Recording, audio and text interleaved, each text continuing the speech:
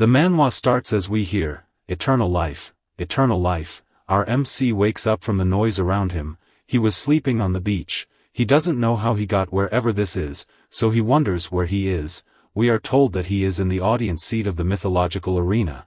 Our MC's name is Lu Changsheng. He was a third-year archaeology student in his previous life. His friend appears beside him and tells him to stop daydreaming and get in the line quickly. Today is the once-in-a-decade Divine Awakening Day. Lu wonders what's that. Now we get a flashback. 100 years ago, the mythological arena descended upon the continent. Gods from different nations were resurrected. Once a human turns 16, they can use the Divine Awakening Stone to summon a god. Those who successfully summon gain a divine power and represent their country in battles in the mythological arena. Okay, so far this manhwa is giving very record of Ragnarok and Fate series vibe. Moving on, we are shown some poor guy summoning Lord Erlangshan. That does not go well. We are told that if someone summons the wrong name, their only outcome is death.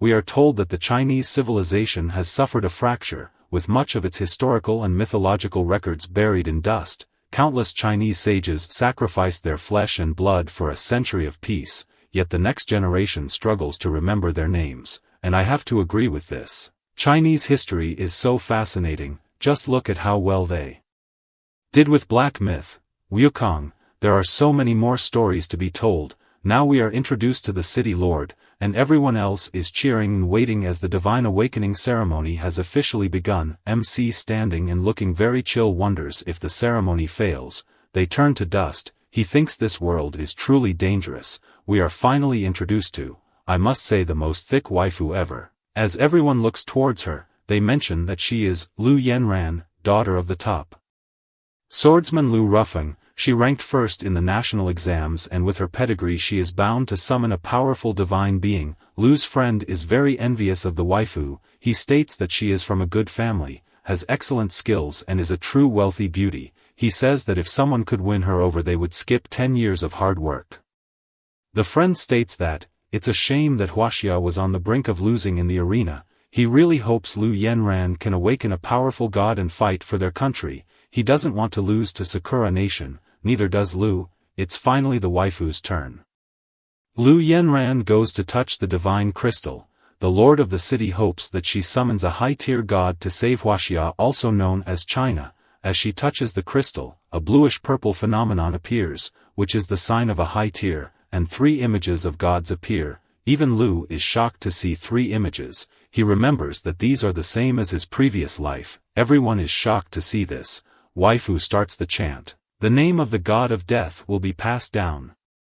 Attack the nations and never surrender. The battle of Red stained the hills with blood. His heart shone through the sky. Slamming her hands together, she humbly requests the presence of the god of war, Bai Qi.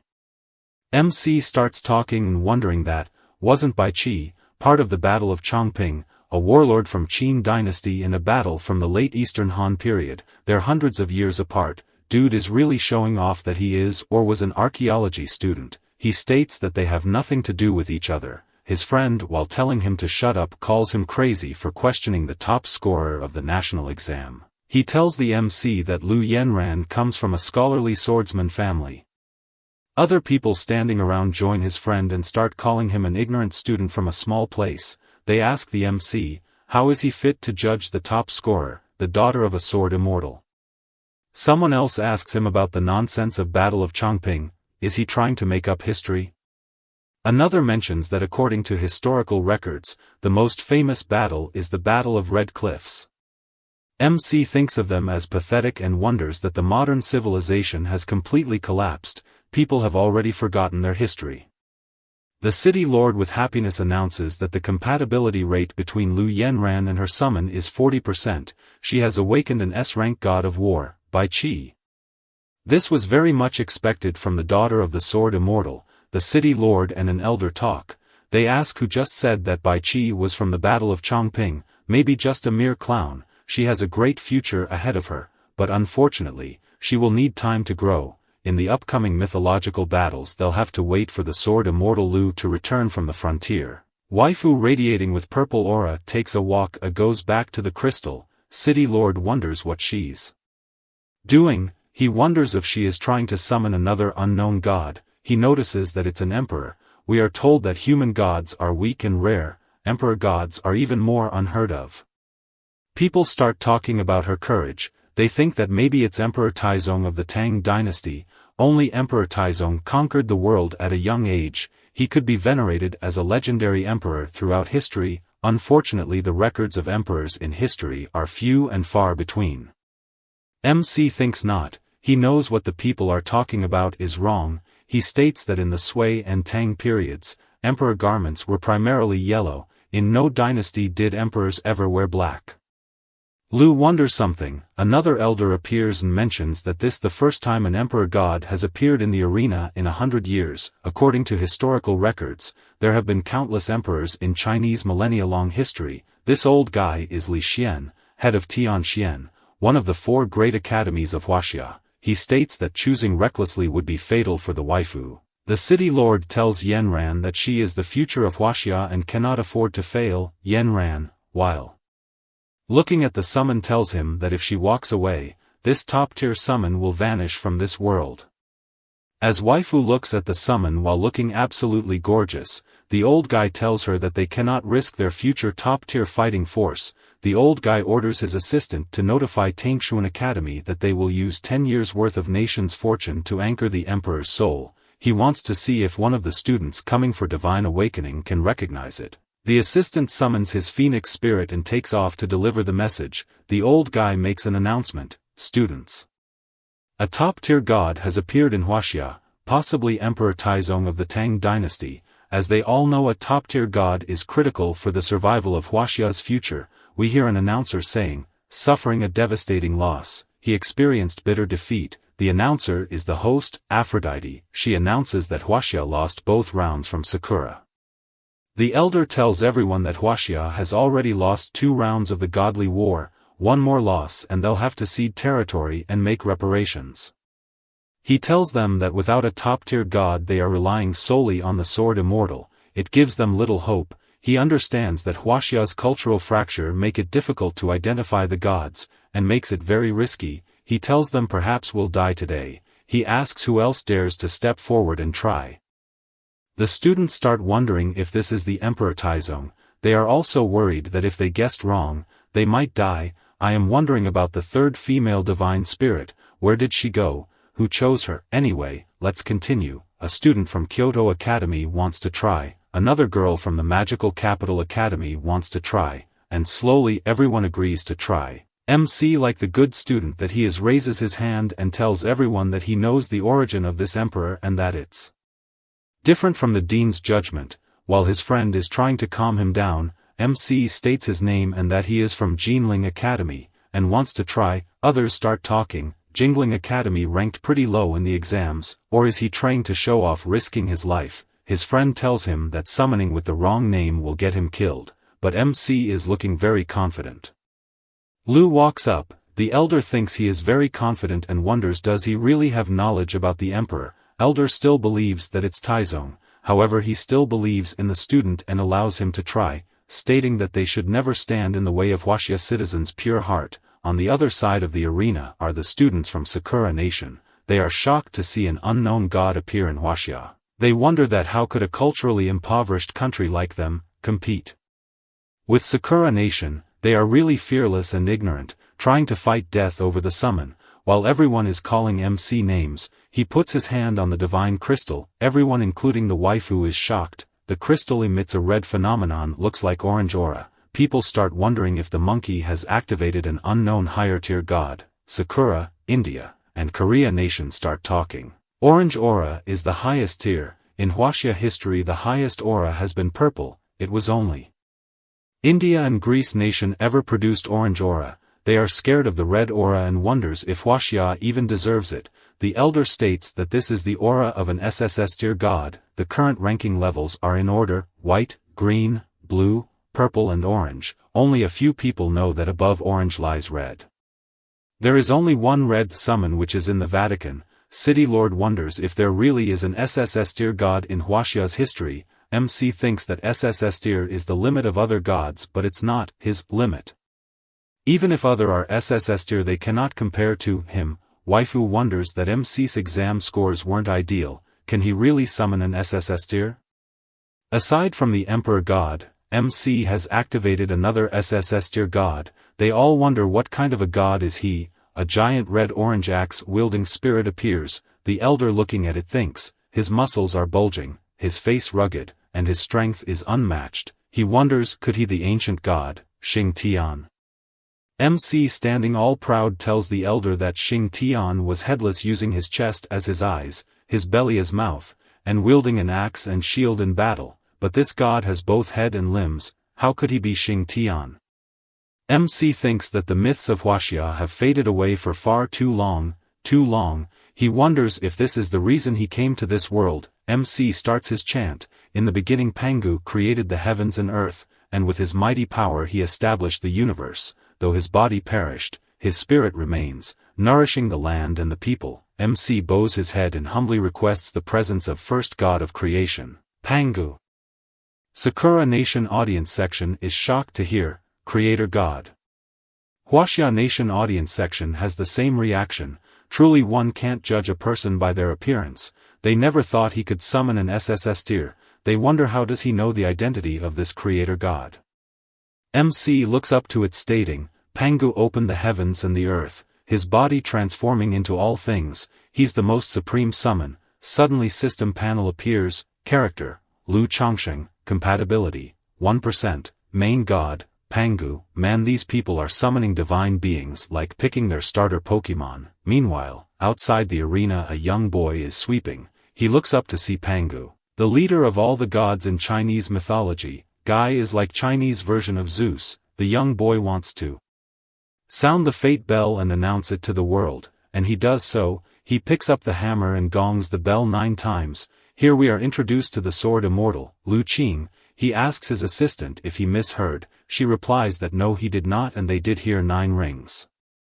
The elder is excited to know that MC and Pangu have formed a bond, and that Huaxia now has a supreme god, an SSS-level god. Waifu thinks the strongest god in Huaxia history only sounded the bell 3 times. Emperor Tokugawa of the Sakura Nation is furious. A mere boy from Huaxia summoned a supreme god. He asks Lord Matsumoto if he is confident in dealing with the MC. Matsumoto, a lord from Sakura Nation playing with his snake, states that, even if he's a new god-blessed individual with a supreme god, their compatibility is only 1%, it would be difficult for MC to summon Pangu in the arena. He states that with his current strength he can easily tear MC and his summon apart. They need to kill this Huaxia prodigy before he gets strong. Tokugawa orders his ninja to spread the word and initiate the named god war.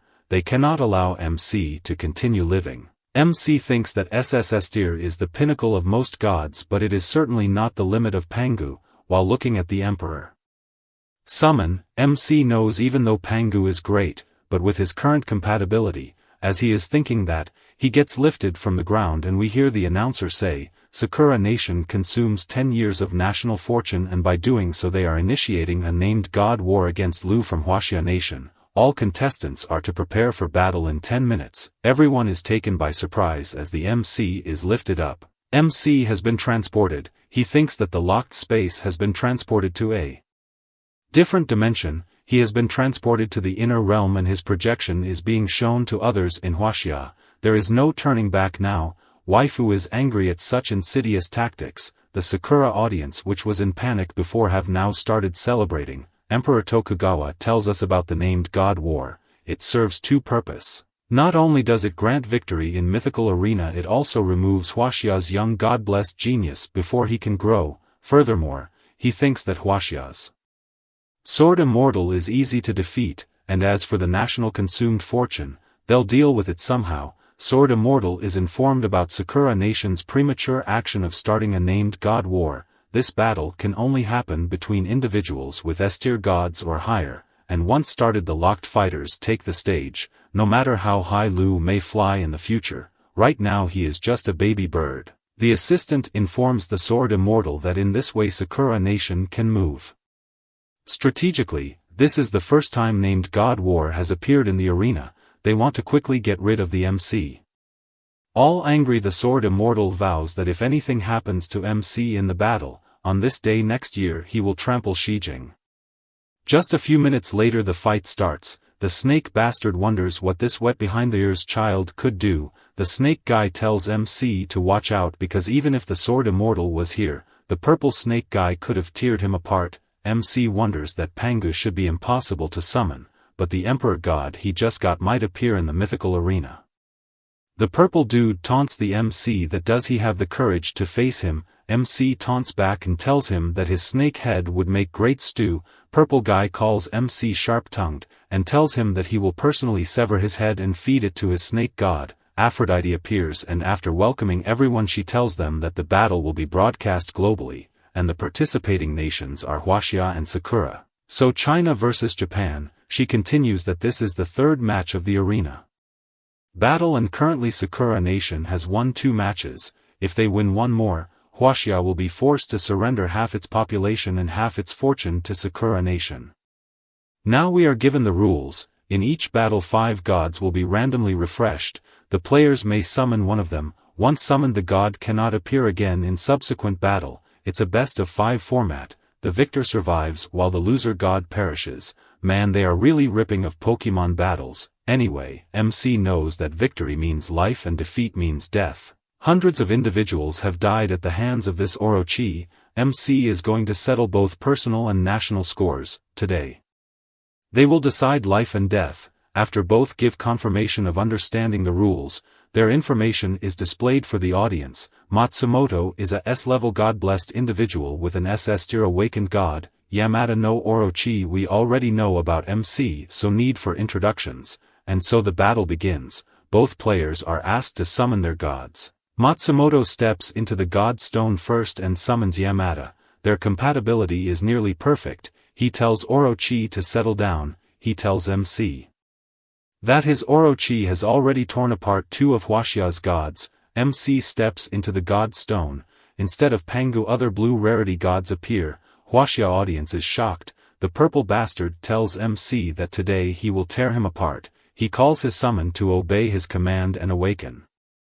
MC narrates to the emperor spirit, you should not be forgotten and nor should you be buried in the dust of history. People start wondering if Lu is going to summon the unknown god king. It would be way too risky. The elder from Huaxia starts telling everyone that it could be Tang Taizong as recorded in history. Waifu wonders that according to the secret archives, it could also be Emperor Zhu Yuanzhang from the Ming dynasty. MC starts the chant, the king of Qin conquered all under heaven, his might like a tiger. Wielding his sword, he swept aside the floating clouds, and the lords all came from the west, standing alone through the ages, a single emperor. MC joins his hands together, bows and says, the unworthy descendant of the later generations now pay respect to the founder of Huaxia, Ingzheng.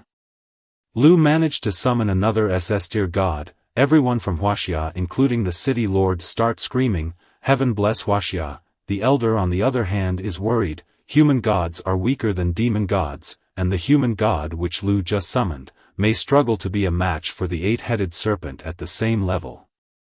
Now that both sides have successfully summoned their gods, the match begins. The purple bastard being all smug states that he knew MC couldn't summon Pangu, but what surprised him more is that MC summoned a frail human god. The purple bastard keeps laughing and taunting while the MC bows his head pays his respect. MC states that even though future generations forgot him and that is their shame. However, from today onwards, First Emperor's achievements will forever be remembered by his descendants. The Emperor unified the written language, standardized vehicles and roads, and united the people of 7 states. He planted the seed of unification in the hearts of the people of Great Xia. For 100 generations and 1,000 years, the people of Xia will remember that it cannot be divided. He ensured that the rivers and mountains were never again invaded by foreign tribes, and he built the Great Wall to protect the land and its people. He unified thought in the world, burning heretical texts and foolish books. Lu has 60% compatibility with Ingzheng. Everyone including the waifu is shocked as they wonder everything Lu just said. They wonder if there really was an emperor with such great achievements in history. Purple bastard mocks them, what if he is an emperor, what can a human spirit do? Emperor asks Lu about the purple bastard. Lu tells him that this guy is a foreigner who oppresses Huaxia. Emperor gets angry and states, how dare a mere foreigner oppress Huaxia. Those who offend Huaxia must die. Sakura Nation's audience starts making fun of the emperor. The purple bastard taunts the emperor, stating that he truly was an emperor once. He is brimming with authority. The snake Orochi mocks the emperor that how could a mere human god be arrogant enough to battle a true god. The snake heads wanted a thrilling battle. They mention he is so weak and small that he wouldn't even fill the gaps in their teeth. The emperor puts his hand forward and summons his blade, declaring his only regret is never having slain a god. All the audience from other nations keep belittling the emperor and laughing at him. Orochi doesn't care about the sword. He tells Lu and the emperor to wield it. The snake god lunges at them with his mouth, telling them that this strike will tell them the difference between a demon god and a human god. He tells them that how dare mere mortals blaspheme the gods. Orochi strikes and cracks the ground. Sakura Lord thinks that it's over. This human god from Huaxia, like the ones before him, will be easily torn apart. Other nations start joining the Lord in talking bullshit about Huaxia. They all believe that there is no way a human god could go against a demon god. Some are leaving the arena certain that Huaxia has lost. Just then a flash of light appears and the emperor swings his sword and bam, the attacking head of Orochi is sliced. The sliced head falls to the ground, shocking everyone. Even the waifu is amazed that the emperor cut the head of the serpent. With one swing of his sword, other head of Orochi comes forward and asks the emperor that without any divine power how can he unleash a force that even rivals strong gods. He asks him how did he do it. The emperor tells him that his sword and his technique is the chi refining technique of ancient Qin. His sword was forged by the countless chi cultivators of Huaxia, and his technique defies the heaven. The elder is excited knowing that his ancestors could create such an earth-shattering technique. Orochi tells them their technique is an amusing little toy, and it only severed one of his many heads. As he regrows his severed head, he tells them he can regenerate his limbs. He is immortal. As he is about to attack again, he asks with his open mouth, how could a mere human god hope to stop him? Orochi tells the main duo that the mortals ought to kneel before him. How dare they harm him? He tells them that they will be trapped in hell and never incarnate. The emperor tells Orochi that if he loses, he shall be in debt to the people of Qin, so what if he dies? However, emperor tells him that he has never lost in his life. Orochi gets angry at him and yells, how dare you? All of Orochi's heads attack the emperor and the emperor starts cutting him. It's a fierce fight, like Pikachu versus Arbok. When the dust settles, Orochi tells them to give up as he starts mending his wounds. Audience section of Huaxia starts getting disappointed. They wonder if their human god can defeat this vicious demon god when it keeps mending its broken limbs. We get a close-up of the emperor. He has taken some strikes and his face is bleeding. He wonders that it never dies. No one can do that, even the most ancient divine beings. Their clash begins again. Emperor yells Orochi. He can feel it getting weaker. He asks Orochi that how many times can you repair yourself. Orochi strikes the emperor straight on and tells him to give up. The emperor slams into the ground. As emperor tries to get up, Huaxia's audience cries and mourns. The forefather of Huaxia has his blood spilled all over the arena.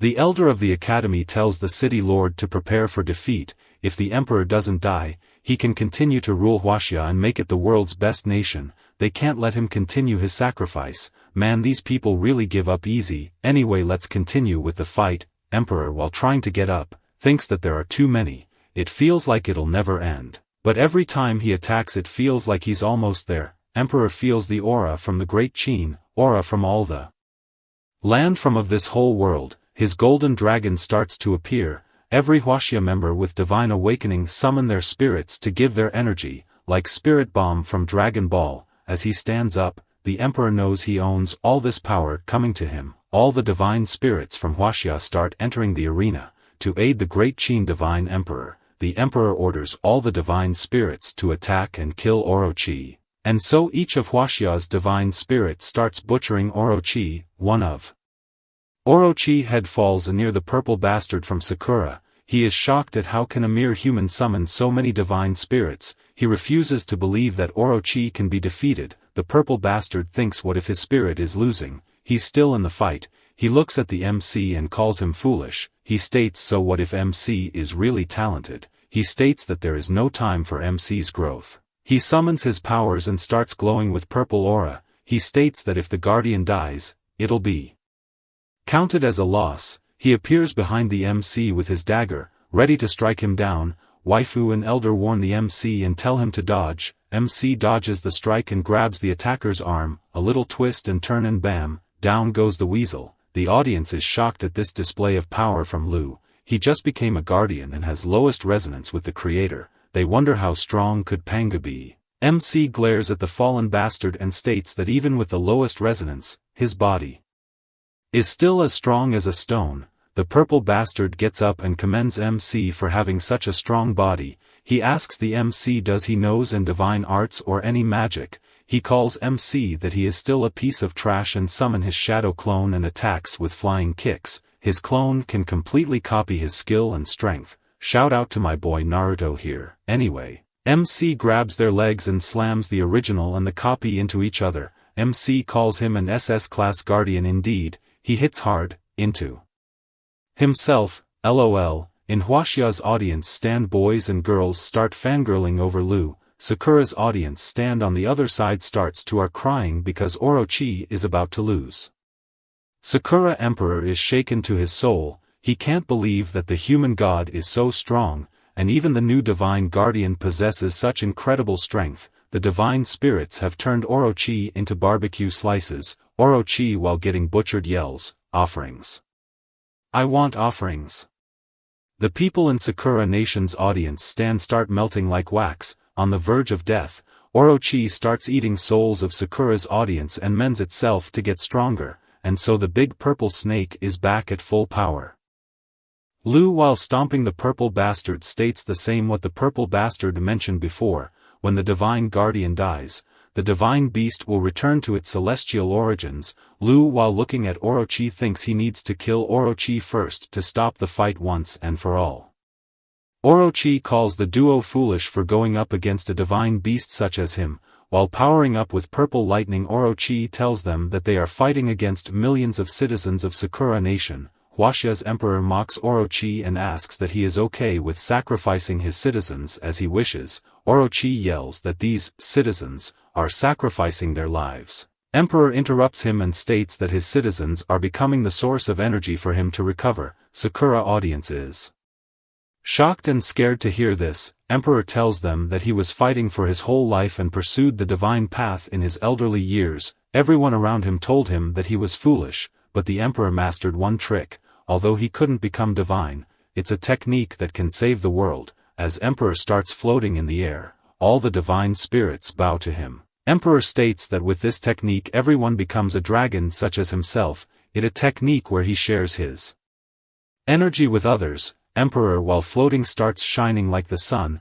sharing his life energy with every other Huaxia's divine spirit. He calls this technique the immortal chi technique. All the divine spirits become even more empowered, becoming more orange than before. Even the waifu notices that her resonance with the contracted deity is rising. Other divine guardians also start feeling incredibly strong. Even the one who were blind can see the light again. Emperor while looking a bit exhausted mentions that his whole life has been devoted to ensuring that the people of Huaxia can live peacefully and happily forever, and to wish that all people in the world can act like a dragon and stay healthy. Man, what a noble spirit. Huaxia audience starts crying such noble plans for their nation. Emperor while squatting and burning with aura states that he is willing to do anything for his people. The king of Hawk Nation thinks that while Orochi sacrifices his own people for strength, the emperor of Huaxia is willing to sacrifice his own life for his people. American audience is stunned at the amazing power of Eastern civilization, and OMG, I see what you did there, China.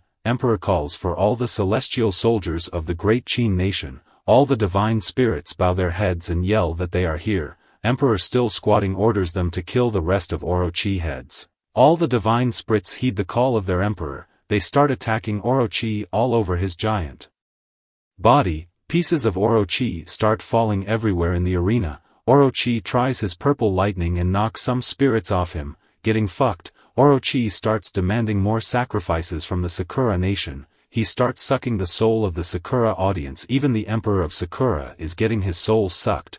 While quivering he states that they can't carry on like this. Orochi is now sucking the soul of the elites of Sakura. He begs Orochi to stop and tells him that this is the end. Sakura Nation cannot keep paying this hefty price anymore.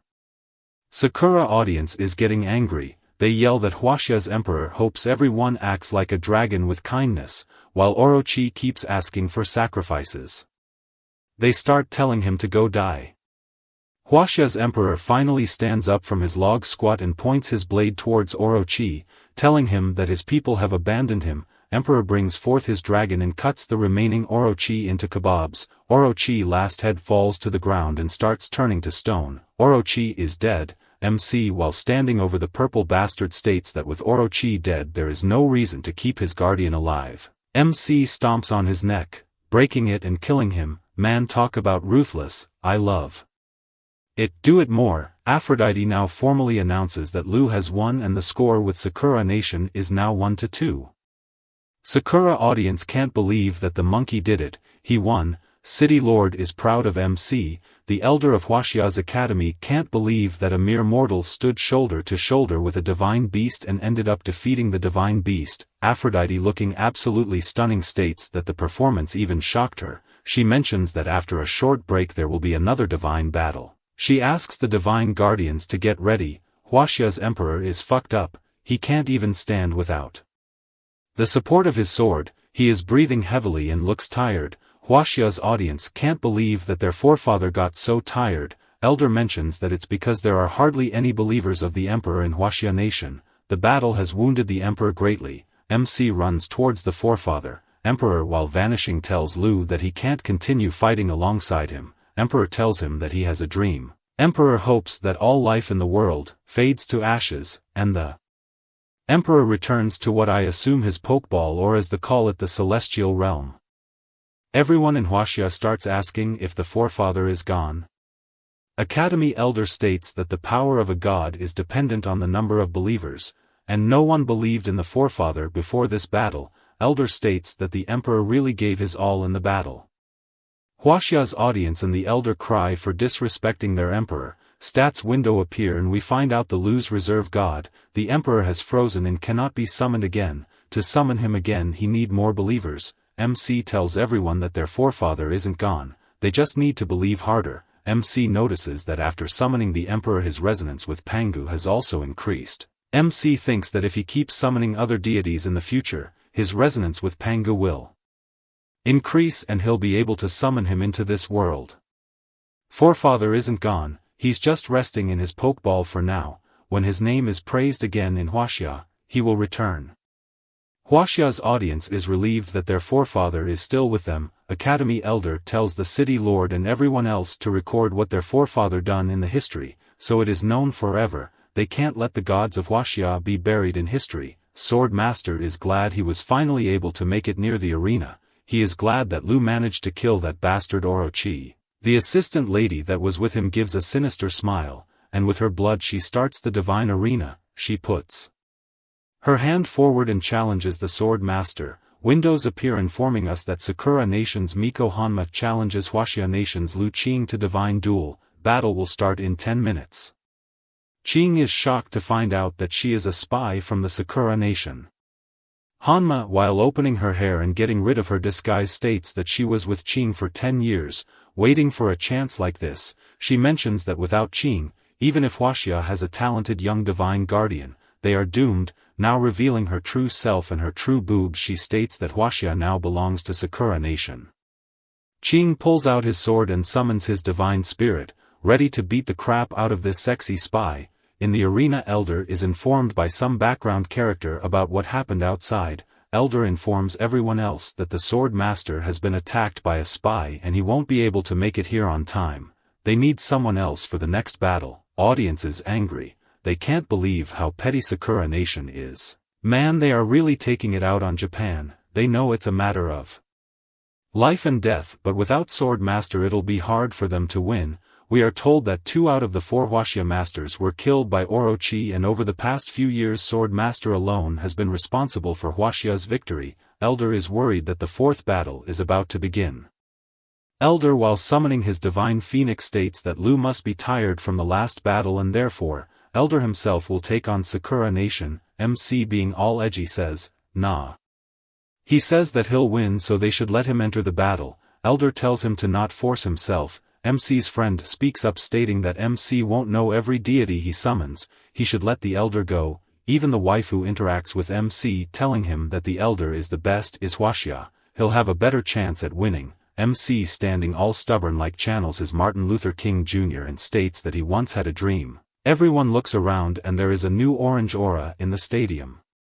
Mixed with the phoenix, MC continues that there was an old god in his dream, he was smiling and comforting him, and after woke up from his dream he learned the hidden legacy of Huaxia. His friend and waifu are shocked, it seemed like they felt some aura. MC states that in the past there was the great Ru who obtained the path of life. He also obtained the path of immortality. Elder talks to MC and states that understanding the path is not uncommon. Now Elder knows why MC knows all the deities of Huaxia. Elder mentions that he knows MC wants to prove himself, but he is more experienced. He too knows all about the deities of Huaxia. City Lord tells MC that he is young and talented, there is no need for him to sacrifice himself. Elder's phoenix appears over them and MC starts absorbing its aura. The blazing phoenix is giving its power to MC. This phoenix is the Elder's spirit from 1,000 years ago. Audience talks that the master's casual description gave the swallow its uniqueness. The swallow, now known as phoenix, was never recorded before. Elder, after witnessing his spirit giving its power to MC, agrees that Lu knows a lot more about Huaxia's hidden mythologies. Elder agrees to send him to battle but tells him to rest before the battle because summoning another divine spirit will drain more stamina. MC and waifu finally come face to face, and like a vacuum on full sucking power, MC starts absorbing the power of waifu's spirit. The guy is like Kirby at this point. As they walk past each other, waifu wonders what Lu is doing. Audience starts talking that Lu is about to summon a S-tier god for Huaxia, but doing that will shorten MC's lifespan. Lu is lighting up Huaxia with his own life. Aphrodite, standing in the arena, announces that the fourth battle between Huaxia and Sakura will start soon. Looking absolutely stunning, she announces that Lu will be representing Huaxia again after his amazing victory. Whoever wins will get to keep Huaxia. Lu's SSS-Tier Pangu cannot be summoned yet, and his SS-Tier Emperor is frozen. That's why he needs to summon an S-tier spirit now. On the Sakura side is Momo Sakura. She has pink hair and is wearing a Japanese kimono. She bows to Lu and tells him that it's a pleasure to meet him. It is announced that Lu will be representing Huaxia yet again. Sakura audience starts mocking that Huaxia has no other talent and that's why they are sending MC to fight again. They mock and laugh at MC as his summoned deity just fell in the last battle. They think that Sakura has a great chance to win now. Sakura Emperor thinks that their sexy, shadow spy has taken action, and her deity is best at bewitching. And this time they'll end Huaxia. We are back in the arena and Momo Sakura is looking like an absolute treat. Huaxia audience can't believe that Sakura sent a fair maiden. They are stunned at her beauty. Huaxia's Academy Elder is pissed because there is no information on this Momo Sakura. Momo touches the divine crystal and multiple Sakura's deities come out. We are told that there are only 50 seconds left to summon. Momo is deciding which deity to summon.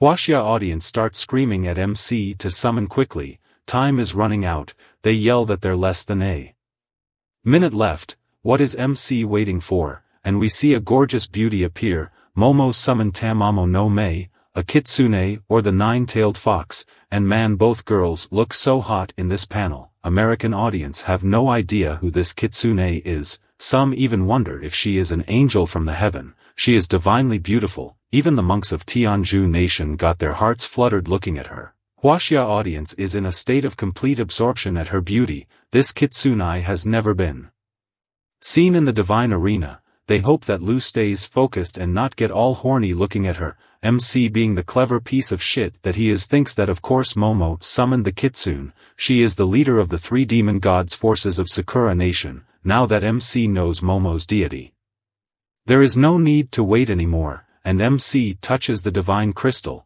and it glows bright white. MC turns his head and notices that it's him, and there it is, a giant hog with a giant rake. City Lord and Elder are shocked to see that MC is summoning a demon deity. Both his friend and waifu are worried because Lu's assigned deities are human deities, and the assigned deities controls the type of deity one can summon. Since Pangu was a human deity, summoning a different type of deity means death.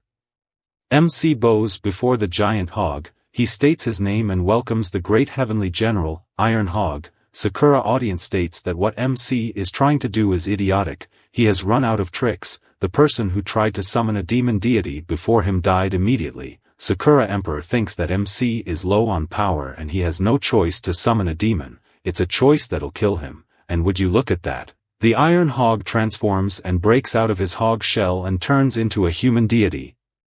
Sakura audience is shocked at this new development. Huaxia audience calls MC insane for pulling such a stunt.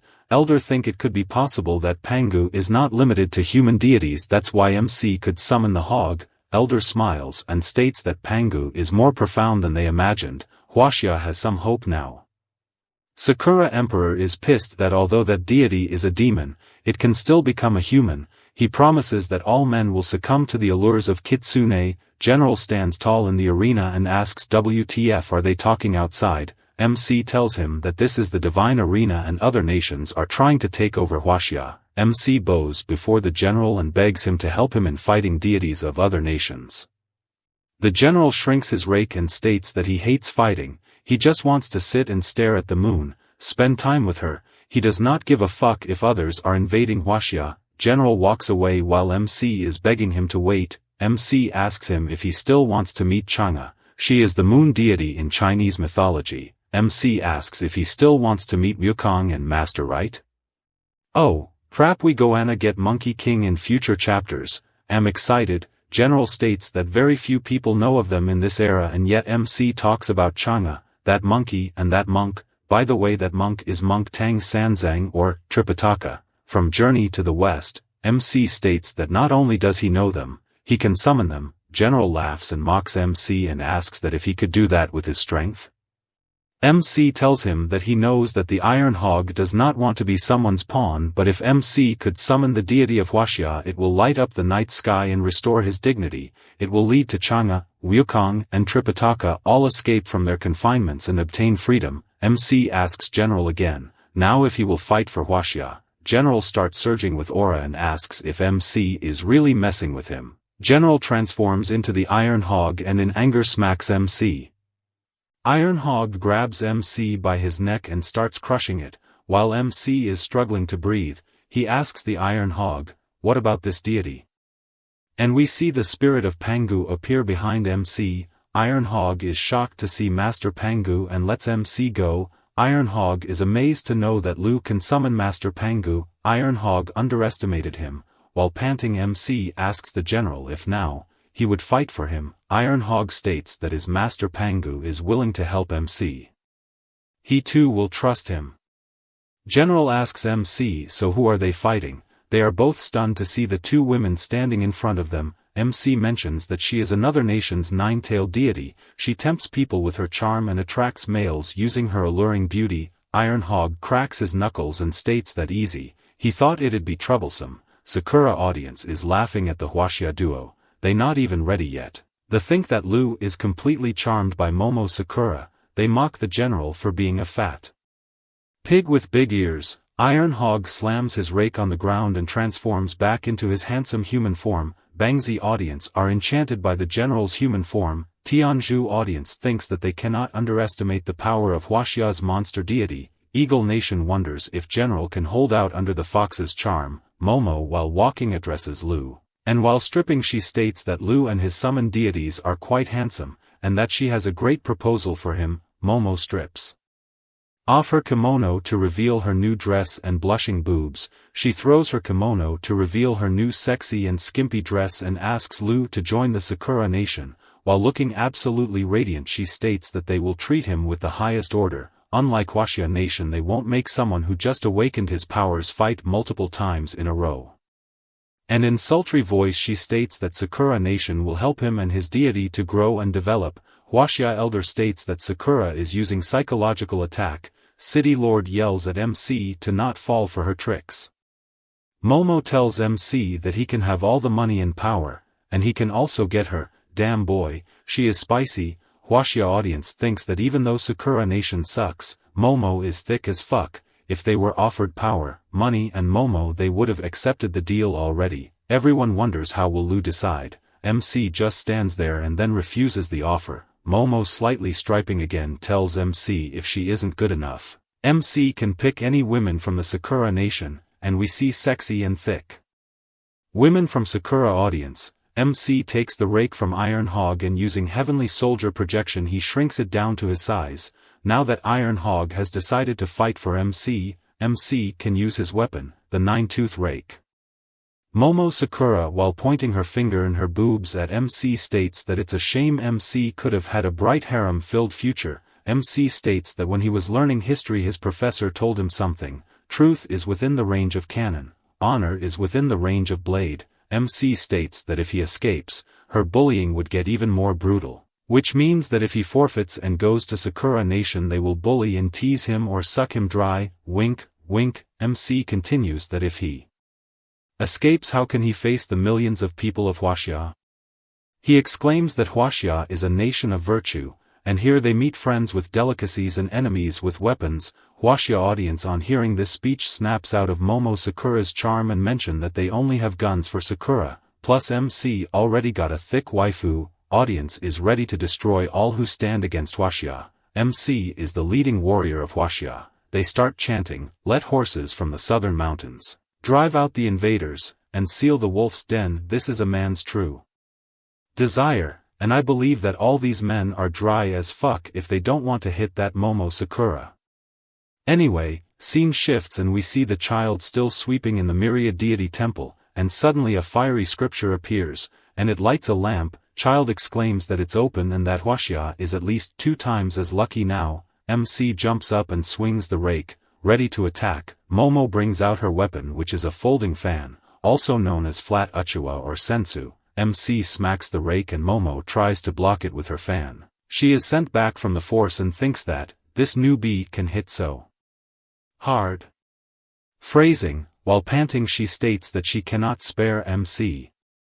New chapter. Let's go. Like and subscribe for more. Momo took the attack and is pushed back. She states that since she can't recruit MC, she'll have to kill him. She puts her right thumb under her left hand, making sort of like a ninjutsu hand sign, builds up her chakra and does her technique, which is ninja art. Shadow clone technique. And OMG again with shadow clone. You know ninjas could do other ninjutsu, right? Throw a Rasengan in there, will you? Anyway, Momo summons more Momos. Now there are 4 Momo and each one is looking sexy and holding a sword. Momo and her clones think that even if MC defeated Matsumoto Genzong, so what? How could a brute understand the intricacies of spellcraft? MC thinks the same, that Momo's power far surpasses that of the purple bastard in the first match. She can make more clones, and has a 9-tailed fox spirit. Talk about my boy Naruto. All 4 Momos are ready and are about to equip their swords. They all do the 2-sword style Kumio slash, and multiple crescent slashes come out to slice MC. Our boy gets scared noticing them. MC falls on his back dodging, missing the attack. He is scared shitless noticing the big slash attack swoosh past him. Sakura audience starts mocking MC for being in such a sorry state. They states that this is expected from the genius girl. She has completely mastered Miyamoto Musashi's 2-sword style. They want her to quickly kill MC and defeat Huaxia so they can get new territory and Huaxia pays reparations. All of Momo's clone mock MC. They didn't thought he'd be this weak and easy to beat. He is just all show on the outside, nothing but rot within. All thick Momos point their sword towards MC and states that this time he won't be able to dodge. They jump up and do a downwards diagonal slash so MC won't be able to dodge. MC starts powering up and thinks that since there is no place to dodge, he won't dodge. He spins the rake and tells Momo to taste the power of this mighty rake. He slams the rake on the ground and shock wave grows and hits one of the Momos and bam, it hits and a huge blast occurs. Sakura audience is getting angry, and we see MC standing victorious over a fallen Momo. She asks how did MC find out the real one. Man, she is on the ground in the most seductive way, and it was clearly due to her white panties, which are clearly glowing and indicating that they were the reason. Other clones were maybe wearing black or going commando. We shift to the fight of the spirits. May, being the sexy fox spirit, tells the pig general, if he kneels before her, she'll let her glimpse under her skirt. Okay, interesting. Kimchi Nation, South Korea, audience are enchanted by the fox spirit and are willing to give 10 years of their lives just to kiss her once. Hwashya elder wonders if the demon spirit can resist Tamamonome's charm. Pig general thinks of her moon waifu and states that compared to her, May is hideous. May is stunned on hearing this. How can he call her hideous? General jumps in the air ready to swing his rake. Sakura audience gets angry. How can he call their deity ugly? They tell the general to go look in the mirror. He can't distinguish beauty from ugliness. They asks the pig general if he feels no shame facing such exquisite beauty. General slams down his rake, but May manages to do a backflip and dodge the attack. She tells the general that this is the first time someone has called her ugly. May starts channeling aura in her hands and states that he will pay the price for those words. May starts the chant, Yashiro, loop upon loop from Toyoashihara no Mizuho. This is the ninefold, Amaterasu. Sunlight over the heavens, I shine upon the lands. She raises her hands up and starts growing in size and continues the chant, this is my country, the land of the gods, the middle land of lush water and fertile soil. Pig general is pushed back from her aura. This is her celestial demon's wrath. MC has tied up the now defeated Momo, and is looking at the huge May. MC gets worried and thinks that her technique Yada mirror is one of Japan's 3 divine treasures.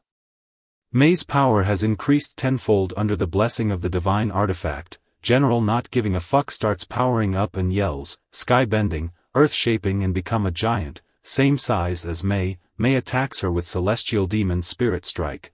They are like magic missile. General spins his rake and manages to block them, and quickly swings his rake and attacks the fox, wounding her and tearing her kimono. MC is shocked to see General fighting so well. May is an SSS level deity. She is Sakura Nation's trump card, and yet Pig Brother only at SS level is beating her. MC looks at his and Momo's stats and thinks that he can't really rely on awakened levels to judge any deity's strength. May is wounded and wipes the blood from her lips, now looking even more sexy and angry. May states that the pig has completely enraged her. She powers up and lifts her hands in the air. Hwashya audience notices the sky getting darker. May summons fire from the sky to attack the filthy pig. Multiple orbs of fire surround her as she attacks the pig general with heaven-burning foxfire.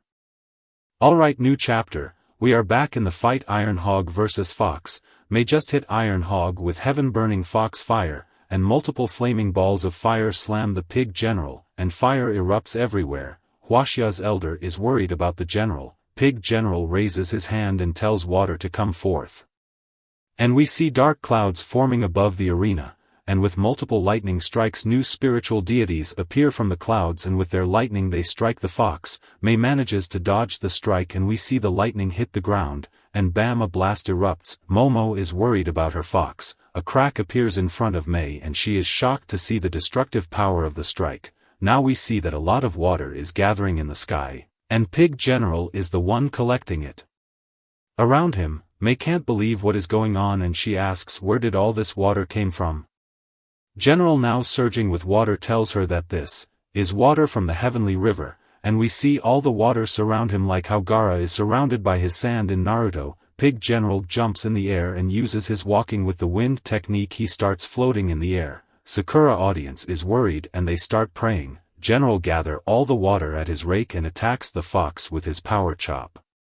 May starts a chant, Mizuta Amaterasu Hachinaha stone, and summons a barrier in front of her. The rake and the stone barrier clash and sparks erupt, but the stone barrier is not strong enough and cracks start appearing in the barrier and bam, it breaks into pieces. May is shocked to see her barrier break, and this giant 9-tailed fox drops to the ground all puzzled and sexy looking. Hwashya audience is energetic and start cheering for the general. They are glad that the general completely overpowered the fox demon and broke her strongest artifact in one hit.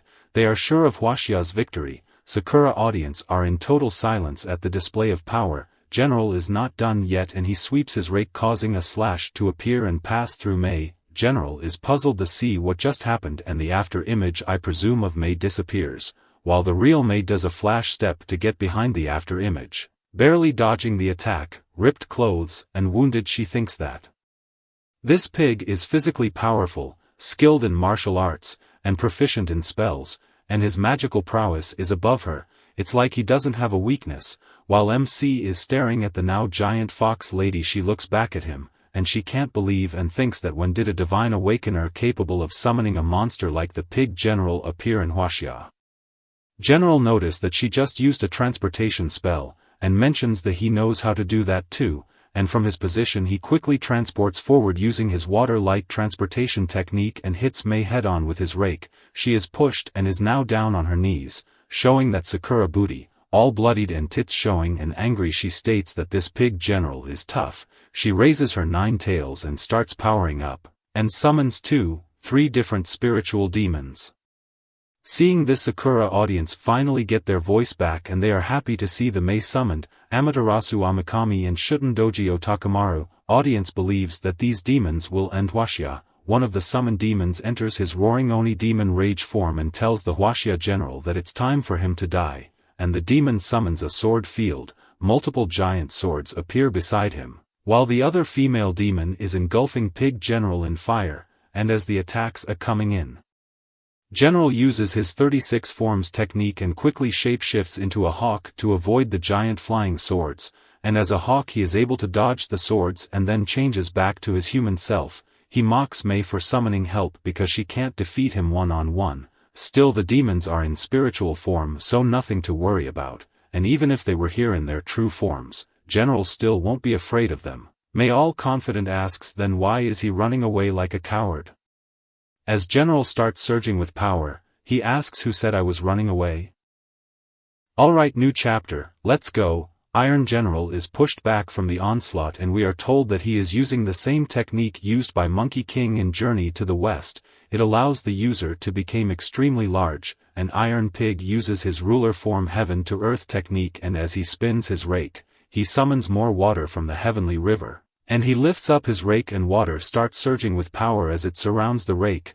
Now all healed and confident, he states that he is the great Marshal Tianpeng, and as we see that he is covering the whole battle arena with water, he states that all water from the heaven to the depth of ocean is under his control. Summoned spirit deities are astonished at this display of power, and one of them is swept away by the powerful ocean current and it vanishes. The female spirit is quick to notice the coming water and uses flash step to avoid the attack. This female spirit is probably Amaterasu Amikami, daughter of the deities Izanagi and Izanami, and she is pissed. Monster Pig has seriously irritated her, and in anger she jumps up and lifts her hand in the sky to summon multiple projectiles of fire, and they are coming to hit the Pig General. Pig General manages to block some of them, but their destructive power is much stronger, and they blast on impact. Seeing this, Sakura audience is happy. They believe this is divine punishment from Amaterasu Amikami. Even if she is only here in her spiritual form, she is terrifyingly strong. Pig General is unable to avoid the attack, is hit, and he bounces on the ground several times. Seeing this, Huaxia audience are angry and scared that the Pig General collapsed. They can't believe the power of an SSS level deity. Her power is overwhelming. Amaterasu Amikami stands over the fallen general, and looking at this pig she states that he is just a pig monster, and is useless even as livestock. General, while injured, tries to stand up and call for his heart of Shang Baoqin, which is the name of his rake in Journey to the West. Amaterasu Amikami has no idea WTF is this pig trying to do, but then suddenly his hand surges with power and he grabs Amaterasu Amikami's throat. She is shocked to notice that her powers have been drained in an instant, and she can't use her magic. And we see the Iron General transform into his pig form, and he states that he indeed is a pig, and he lifts up Amaterasu Amikami and slams he head first in the ground. The force of this slam is so strong that the ground cracks. Huaxia audience start cheering the Pig General. He lifts her again and keeps slamming her like Hulk did with Loki in Avengers 1. He made the enemy lower their guard and counterattacked with lightning speed. He is truly the great marshal who has courage and is cunning. Huaxia audience thinks that Lu and Pig General are alike in viciousness. To them, seeing Sakura deities get beaten like this is very cathartic. And so, Amaterasu Amikami is done, and as she vanishes, she tells them that she will remember this humiliation. Pig General isn't done, and holding his rake he slowly walks up to the scared fox, and with one powerful strike he hits her, and we are told that Tamamonome is killed. But using this powerful attack knocks Pig General out of his transformation, and MC is running to him. Clearly injured General stops MC and tells him to not come near him. MC is speechless to hear this, and all worried he calls the General, and we see this fighter drop to his knees. Huaxia audience are worried to see their General fall. They wonder what happened to him. General hides his face. He doesn't want MC to look at him all injured. While General is thinking about his moon lover, he states that he has always been a towering hero in their eyes, but he is cowardly.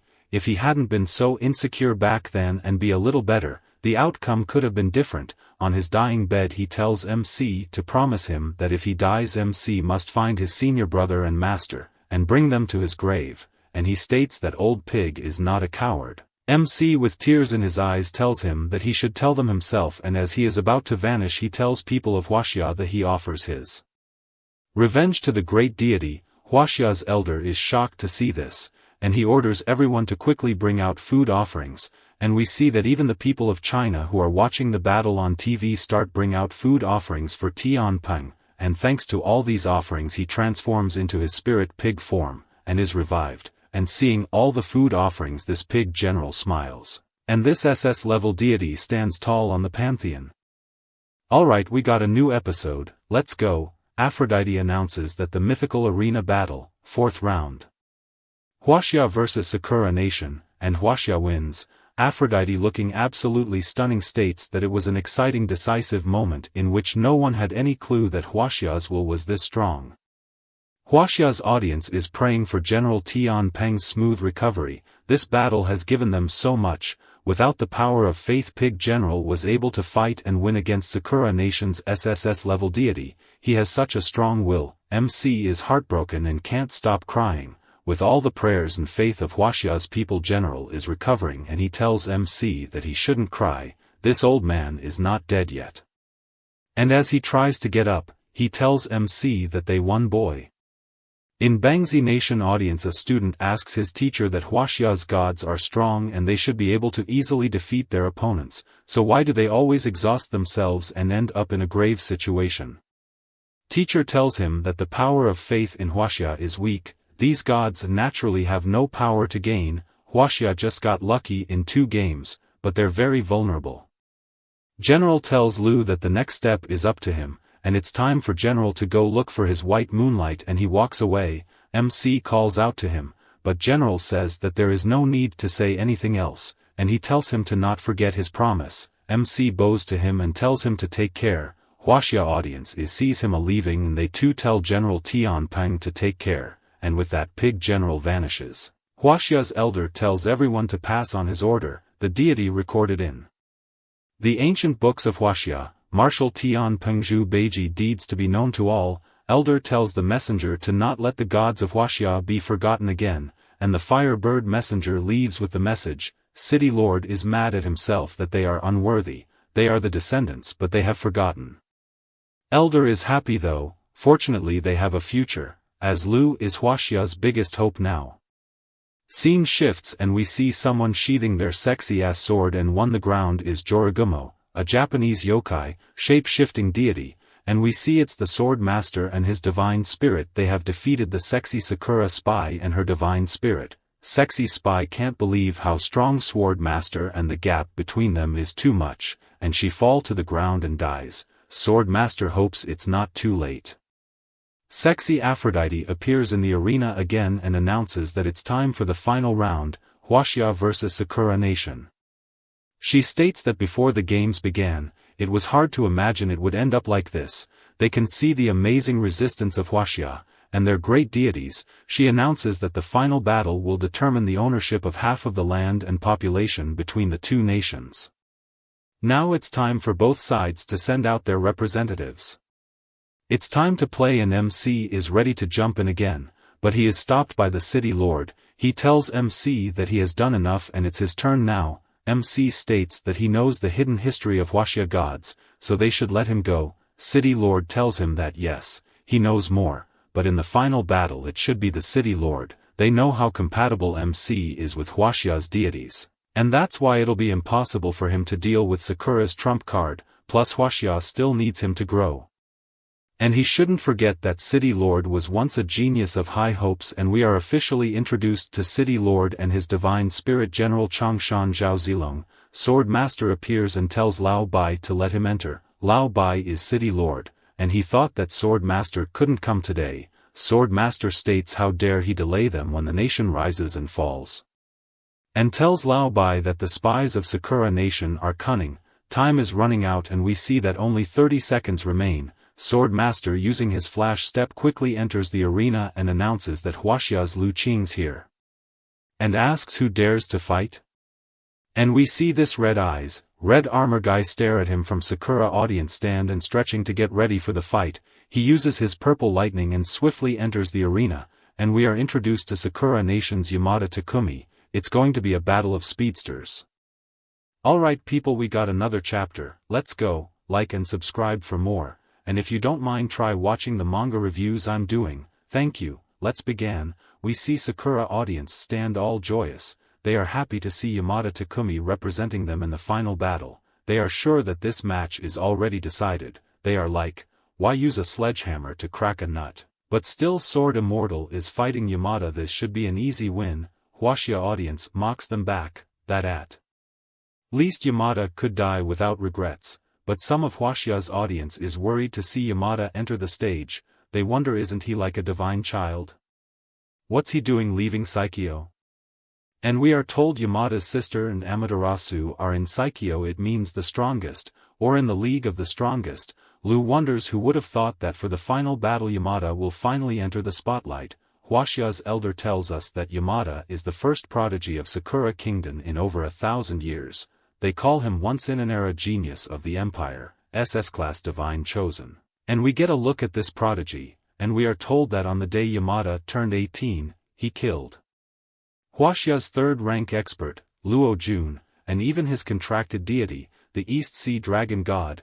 Now we get a flashback of this fight at East Sea Waters from 9 years ago. Luo Jun was killed, and Yamada stood on a dragon's tendon, and we see Yamada tearing apart the tendon. Thinking that the tendon's material is tough and unyielding, it'll be perfect for making a longbow for his sister. And we see him rip it apart from the dragon and killing it. He looks cool, calm and not to mention cold, and we see the massacre Yamada did in the sea. Huaxia's elder tells us that Yamada's deity is one of Sakura Kingdom's 3 supreme deity, and their compatibility is at astonishing 80%. MC has decided if the Sword Immortal loses, he will challenge Yamada to a divine duel himself, and we are back in the arena and we see that Sword Master is equipping his sword. Yamada states that he's long heard of Huaxia's creator's immortality, and we see Sword Immortal pulling out his sword, and he starts erupting with aura. He points his sword at Yamada and states that there is no need for more words between them, and he continues that 10 years ago, Yamada killed the East Sea Dragon God. And it caused droughts year after year. The land became barren and hunger plagued the people everywhere, and we see this thirsty child asking for water from her mother. Mother tells him to just hold on a little longer, sweetie, just a little longer, and as she cries she tells her child that today he must die, to avoid the thirst, avoid the hunger. Man, out of nowhere this manhwa gets dark. Scene shifts and we see Sword Master is pointing his sword at Yamada, ready to begin, and all angry he states that Yamada should feel honored. Yamada laughs and states that Sword Master should feel honored to fall at the hands of someone chosen by the great 3 noble gods, and that the judgment will be delivered through his sister, restoring radiant glory. As for those starving masses, once they submit to Sakura Nation, they'll experience unparalleled honor. Huaxia audience is getting angry at this piece of shit, and find him utterly despicable. For his selfish desires he plunged the rest of their families into famine. Huaxia's audience thinks that Sakura is a vile and senseless nation. MC thinks that Yamada's heart is already consumed with hatred and disdain, and he thinks that his teacher was right. Weak nations have no diplomacy. MC thinks that they must defeat Sakura, crush them until they take back their scorn. They need to crush Sakura until they submit completely. The stunning Aphrodite appears on stage and announces that the contestants have been confirmed, and she presents the personal information of the fighters. Yamada has an SSS-class Susanoo and Sword Master has SS-class Li Bai, and we switch to Great Eagle Empire Nation. Their king orders his servant to spread the word, that when Huaxia is defeated, they'll declare war on them immediately. They must consume the blood and flesh of the fallen nation. They want the flag of the Great Eagle Empire to fly across the globe, and we switch to Radong Kingdom audience, and their president wants to attack Huaxia as soon as the divine war ends. They've lost countless treasures to Huaxia, and they want to take everything back from Huaxia. Now we switch to Tianzhu Kingdom audience and the monks can't believe Sakura sent Yamada into battle. They think that with the might of the war god Susanoo, Huaxia doesn't stand a chance. And the monk tells the other monk to inform Upali not to miss this opportunity. Upali is a monk, one of the 10 chief disciples of the Buddha according to early Buddhist texts. These monks want to make Huaxia a sacrificial offering to Shiva. I think these monks are more Hindu than Buddhists, and we are back to the arena. Yamada has summoned a bunch of Sakura deities and out of them he chooses Susanoo to come out. Okay, nice design. Sakura erupts in cheers on seeing Susanoo. They are sure that this time they'll strip away Huaxia's last shred of dignity, and tear apart Huaxia's gods completely. Huaxia's elder states that this will be a brutal battle. And we see that Sword Master has summoned Li Bai. Aphrodite announces that both contestants have successfully summoned their deities, and now Huaxia vs Sakura Nation, the final battle begins. And right at the start we see Li Bai take a drink from his gourd and he states that it's exhilarating. But alas, a pot of wine amidst the flowers, yet no friends to drink with.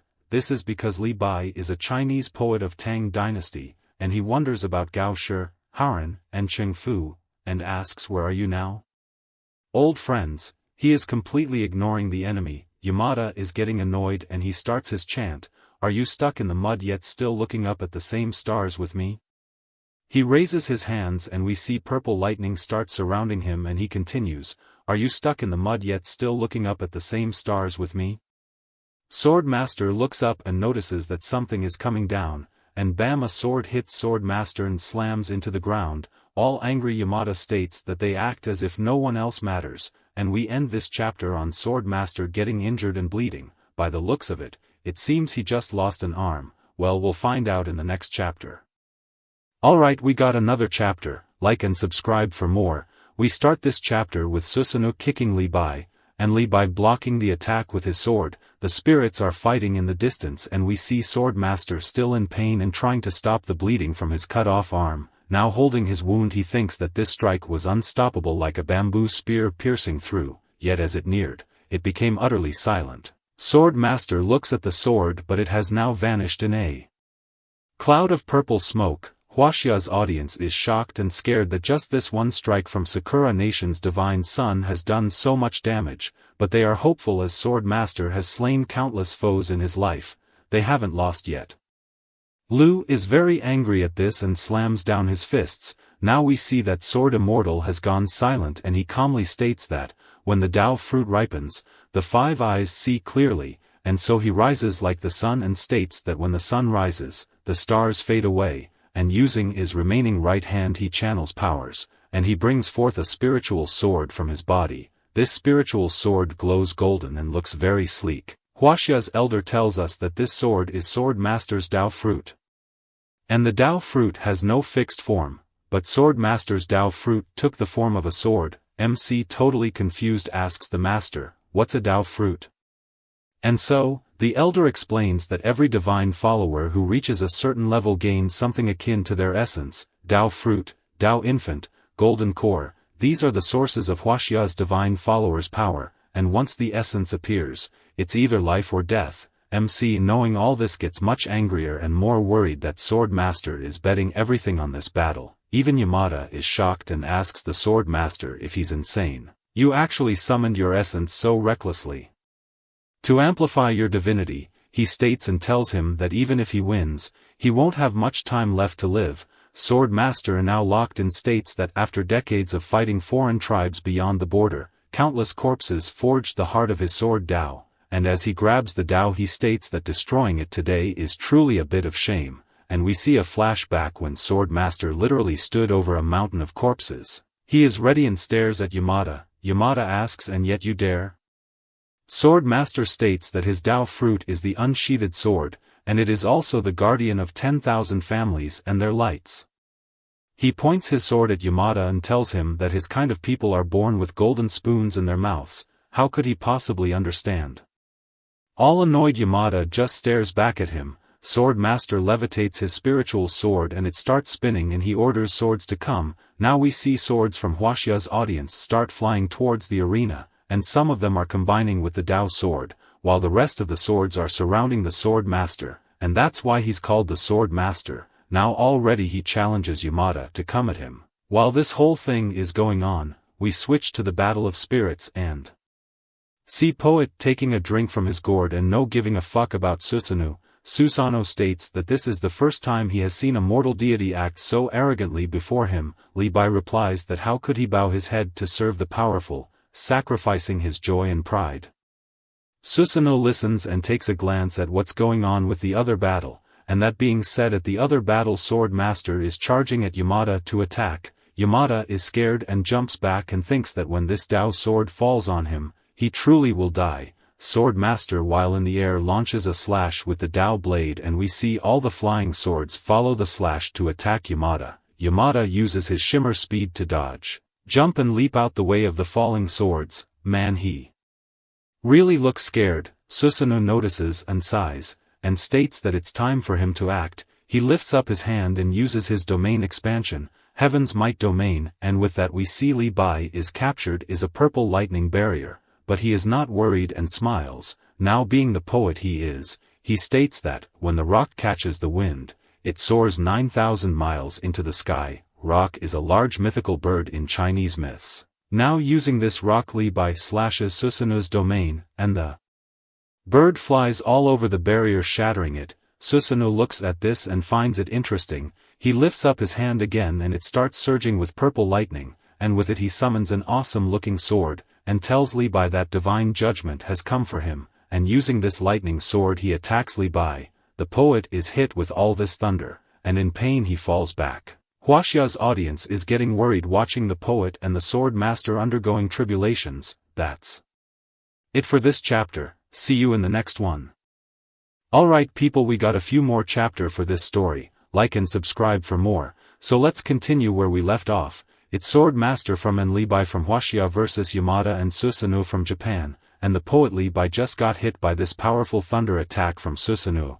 Other countries are watching this whole battle through a hologram. We switch to this senior executive of Tianzhu, which is just India, and seeing Li Bai getting hit, he states now that the outcome has been determined. They need to discuss the division of Huaxia's land. He waves his hand to summon the hologram map, and states that because Sakura country is the winner, they get half of Huaxia's land and population. Japan's lord is happy to hear this. India now demands that they get 1/3 of Huaxia's land and population after Huaxia's defeat. But this other guy is not happy about it and asks why the fuck should Tianzhu get majority of that vast remaining land, and they can't even share half of what they are getting. This guy is the senior executive of Bangzi, which is Korea, and he lets India know that this is unfair. India's executive walks forward, and backhand slaps this Korean bitch, and he slams to the floor with a bruise on his face. Indian executive now asks this cowering piece of shit, why should they give anything to Korea, and asks after this battle does he want the glory of Shiva to spread across Seoul,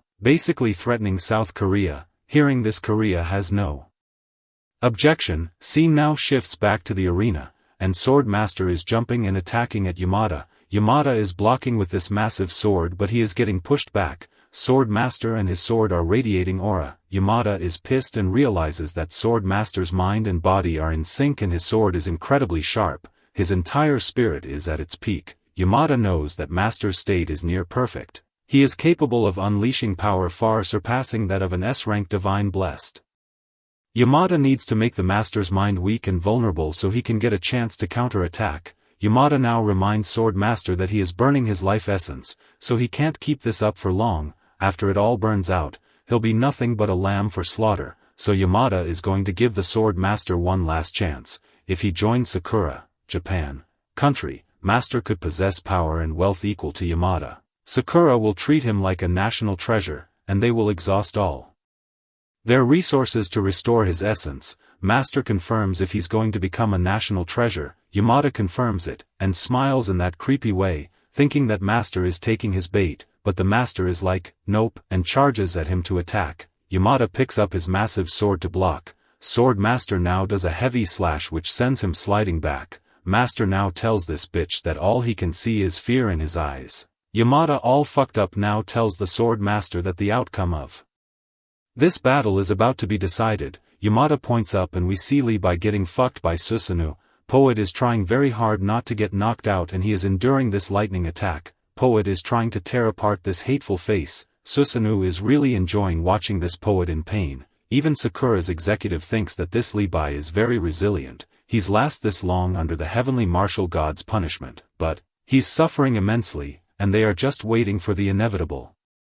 Yamada now shouts at the Sword Master that Susanoo is the coldest executioner. There's no way Levi can escape, so Sword Master should drop his sword and accept his fate. Master now asks if these divine beings are not greedy, why can't they tolerate a little disrespect, and if they are not evil, so why do they hold the fate of millions of living beings in their hands? What divine radiance do they possess? Master asks. Master now goes in flashback and tells us that because Yamada killed Huaxia's sea deity, and the tragic death of Huaxia's soldier plus the starving people of Huaxia, they are all still vivid as yesterday in his mind. Master now all angry shouts that they are all free beings, so who the fuck are they to look down upon them? Lu is watching and hearing all this and he can't take it anymore, so he shouts and tells the Sword Immortal that one should enjoy the life to the fullest, and he shouts some proverb, to never let a golden cup be empty beneath the moon, which means the same, don't waste a beautiful or fleeting moment without indulging in life's joys.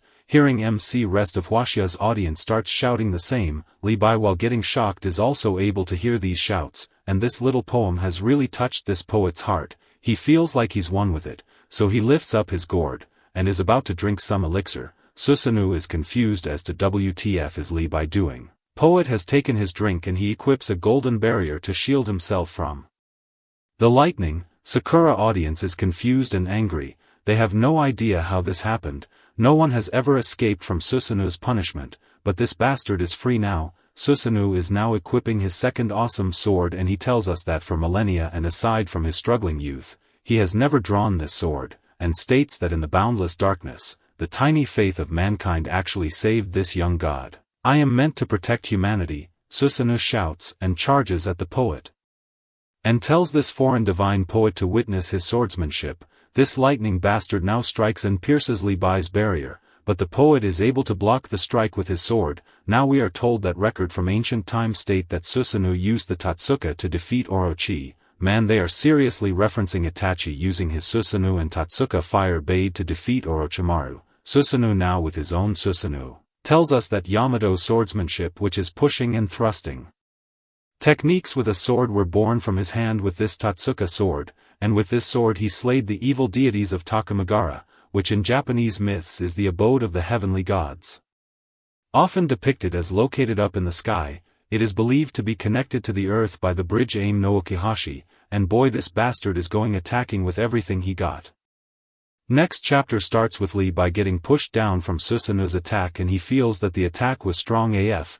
Poet slides back and is down on his knee. Sakura audience gets happy that Huaxia's gods are at their wits' end. They knew Susanoo would never disappoint them. Susanoo now states that Levi's sword is like a toddler learning to walk in front of his technique, so the poet should just choose a quick death. We switch to Yamada and all confident he tells the Sword Master that he took his strongest attack, but Sword Master still couldn't break through his defense, because this bastard has armor forged from thunder, the body of a war god, and he tells the master that the power he got by consuming his essence won't last much longer. Sword Master knows that one sword isn't enough, so he's going to try another, and if 10,000 swords doesn't work, then he's going to summon the essence of 10 fucking million swords. Master knows that the path ahead is difficult, but he shall go on, and so he charges forward with this new essence of 10 million swords. On the other side, Levi is getting wrecked. He is on the defense. Susanoo keeps attacking and yelling that his sword technique resonates throughout the entire Takamagara. Susanoo can't believe that this poet is even daring to equip his sword in front of his awesome blade.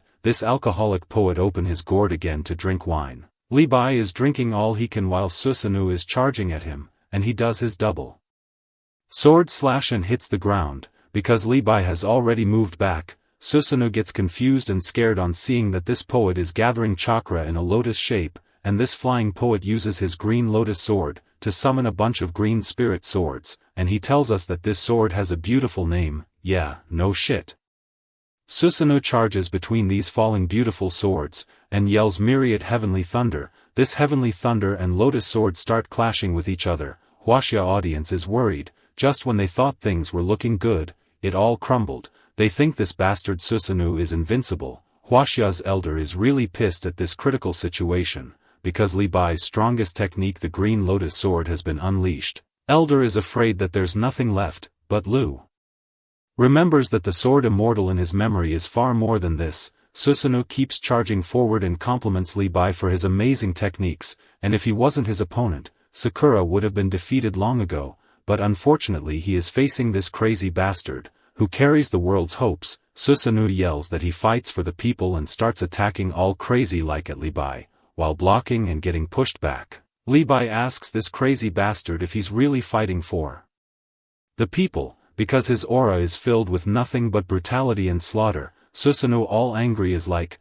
"What the fuck are you talking about?" Poet now points out that his words are just excuses to hide his true nature. Hearing this, Susanoo gets pissed and starts charging at lightning speed, and attacks the poet. Li Bai blocks, but this time the attack was too powerful, and it broke Li Bai's sword. Huaxia's audience knows that this poet tried his best and they wonder if it's really impossible to change the outcome. Injured poet knows that the road ahead is difficult. Poet thinks that he hasn't withered away midst the winds and moon of Chang'an yet today, and he's about to die at the hands of this foreign god, but MC knows that it's still not enough, and he tells everyone at the Huaxia audience stand to open the books. There are some anonymous poems. MC wants everyone to recite them with him, and give them to the sword immortal, no, to the poet immortal Li Bai, and everyone starts reading these Chinese poems like, "With head held high, I stride forth from my door, for I am no blade of grass," and, "I will ride the wind and cleave the waves, someday I'll hoist my cloud-white sail and cross the sea." MC now recites another one, "1,000 miles, no trace left behind, 10 steps,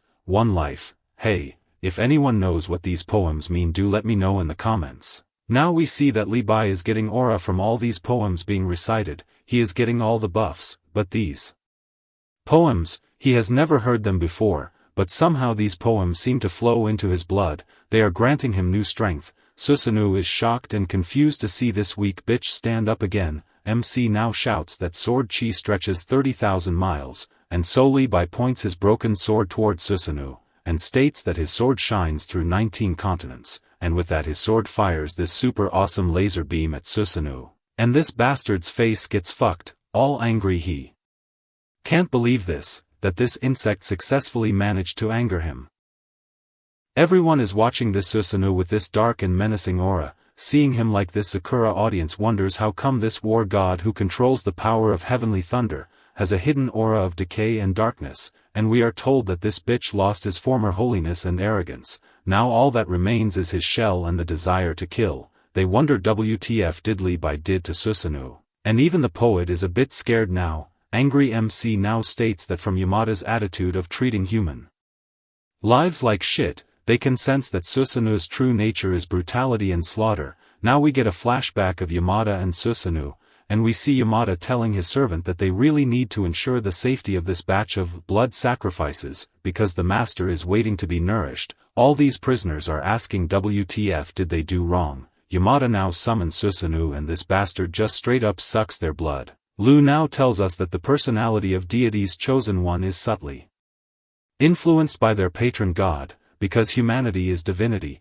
Susanoo, now in demon mode, congratulates the poet because now he is about to die in the most cruelest and the most helpless way, so he activates his dark night of decay, and surrounds the whole arena in darkness. Lu realizes now that this bastard has fallen into darkness. All of his abilities are unknown. Now he got even harder to grasp and deal with. Even the city lord knows that shit just got real. Now we see Li Bai evading this attack from the dark aura, but this miasma keeps following the poet, and bam, it's a direct hit.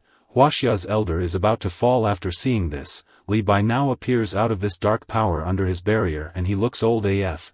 Huaxia's audience wonders how the sword immortal turn into an old man with white hair and beard. What kind of power does that Susanoo has? That bitch is controlling time. Now we get a look at angry waifu after a long time. Waifu is angry and scared of this terrifying Susanoo. Lu hears her but thinks that there's still a chance, because they all know that Li Bai's sword intent is unparalleled, but no one knows that in the history of Huaxia, Li Bai is the most brilliant poet immortal. But man, this poet is not looking good. Susanoo in this weird jump is about to attack this old poet. The attack hits with this blast, but Li Bai drags his old body to the side. Susanoo now threatens Li Bai and tells him that he will crush every bone in his body when he catches him, so he tells the poet to let his divinity to be trampled by the Sakura people to comfort his soul. Old poet is pissed and wonders if there's really nothing they can do. MC knows that he can't let this continue, but many poems have been lost in the river of time, and so everyone on the Huaxia side is pissed and worried, so Lu decides that this time he's going to bear it all. MC believes that Huaxia has already risen, and he recites another poem. The living are passers-by, the dead return home, heaven and earth are but an inn, grieving together for eternity. Explain this poem in the comments. Other Huaxia's audience wonders why the fuck is Lu reciting poems by himself. MC is trying to give new divinity to the poet, and the audience knows from before that these verses can give the poet new divine powers, but suddenly MC starts coughing up blood from all this shouting and reciting poems. Elder tells him to stop forcing himself, but Lu knows that time is running out, so even if he is losing his voice he's going to keep reciting the poems, and somehow they are reaching this old poet, so he grabs his broken sword, asking that in the face of time, what do the difficulties and twists of life matter?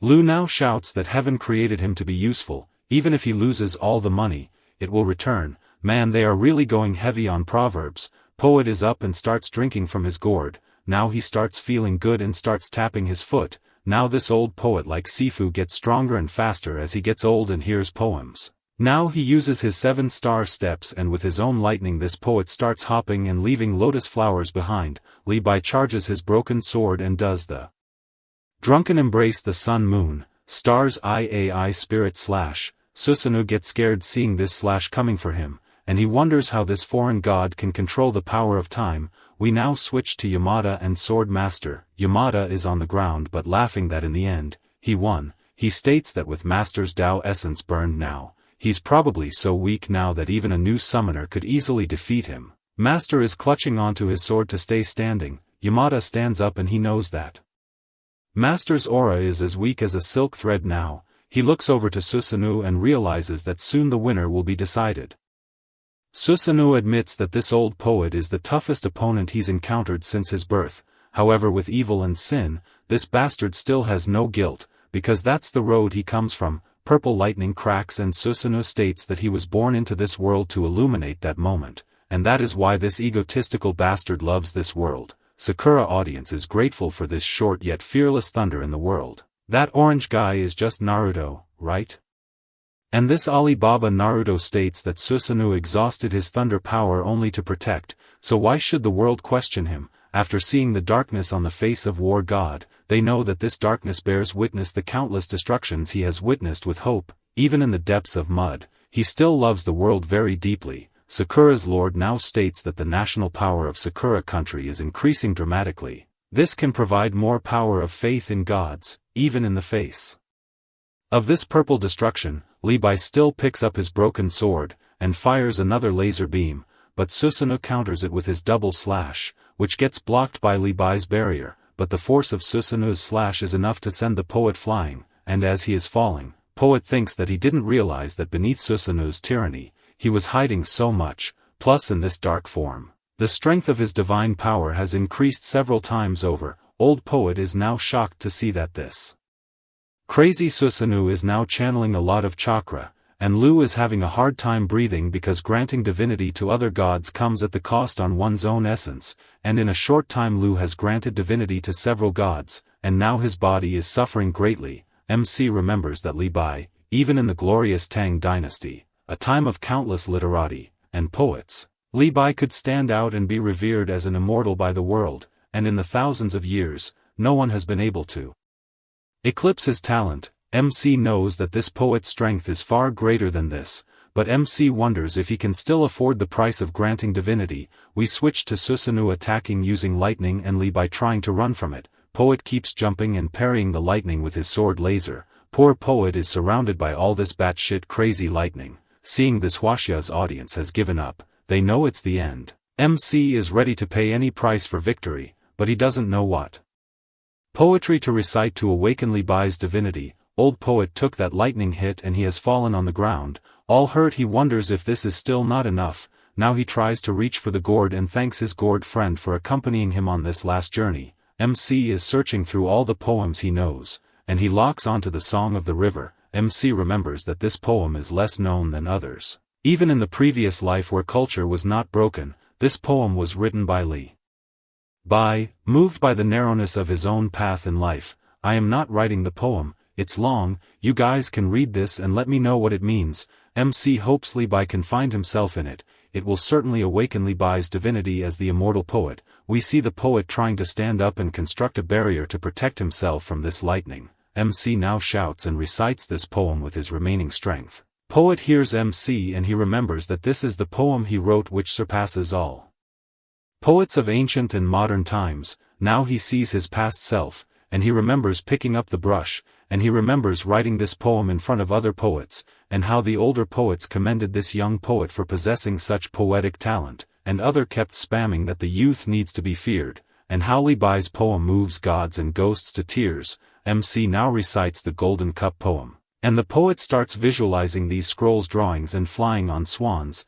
MC has no idea WTF is going on. Poet now holds his broken sword and gourd like a writing brush, and now he remembers who he is, and this broken sword now summons this super fast laser from his sword, and he states that this sword is the youthful spirit of his life as the immortal poet, and this spirit sword pierces Susanoo's heart, and this dark bastard is cooked. Poet now stands over this fallen Susanoo, and he tells him that he no longer needs to carry this heavy burden, he can be at ease, and with that Susanoo turns to spirit and gets Thanos snapped. Now we see the older poet bowing before this old poet and he recites that apes call out unceasingly from both shores. His boat has already passed through 10,000 layers of mountains. Explain this in the comments. Yamada is shocked to see his divine being get dusted, but he doesn't give a flying fuck. So what if his Pokemon is defeated? He jumps to finish off the Sword Master because he is still on the stage. Seeing this, Sword Master locks the fuck in, and pierces this incoming bastard. Yamada is knocked out. Sakura audience can't believe this. The weak AF Hwaxia actually turned the tables. Hwaxia's audience can't believe they did it. They were losing 0-2 but they did a comeback and won. They know all. The credit goes to Lu, who is literally falling from reciting all those poems. Now everyone looks at the sword immortal who is changing. Old poet now looks at his exhausted and dying partner. They both look very fucked up. Sword Master now starts focusing his aura like in Hollow Knight, and he gets his essence back. Poet helps him and starts getting his own youth back, and just like that, they get their youth and essence back. Poet is now SSS rank and Master reached SS rank. Master now talks about Nirvana and rebirth and rising stronger after breaking. Hwaxia's elder is glad to see that the sword immortal has reforged a new Tao essence, and both of their ranks have increased. City Lord now asks what is this new Tao essence. Elder explains that it's unparalleled poetry and swordsmanship. City Lord now looks at MC, who seems to have recovered. City Lord states that he never expected Lu to bring them so many surprises. Lee Bai praises young ones of Hwaxia and tells them to ride through the spring breeze on silver saddles and white horses. Now reciting this poem, Lee Bai touches the Master's cut-off arm with his spirit sword, and it regrows the Sword Master's arm. Master is happy and looks towards the audience. Now both Sword Master and his poet thank MC. Lu is happy to be helpful. Now thick AF announcer Aphrodite appears in the arena, and she announces that the first round of the mythological arena preliminaries, Hwaxia vs Sakura, 3-2, Hwaxia wins. Now showing that thick thigh, she congratulates Hwaxia, who achieved ultimate victory by coming back from 0-2 in the face of desperation. Now she invites Lu, the MVP of Hwaxia, to the stage, to receive the spoils of war. This messed up hair MC can't believe that she is calling him. Everyone tells him to go on, because there's no one more qualified to represent Hwaxia at this moment. it's time to enjoy the victor's glory. MC appears in the arena and he is offered two options, either seize half of Sakura countries' population and national destiny or seize half of Sakura's land and national destiny. MC thinks that Huaxia is a great nation, that never lacks talent. Compared to the population, a larger area would obviously bring more resources, so MC tells Aphrodite that he is choosing the second option, to seize half of Sakura's land and national destiny. Aphrodite, looking drunk, says okay. Lu now looks up and we see a red dragon flying, and bam, this awesome looking red Shinran appears. This dragon now flies over the destiny map, and this giant dragon takes a massive bite of Japan.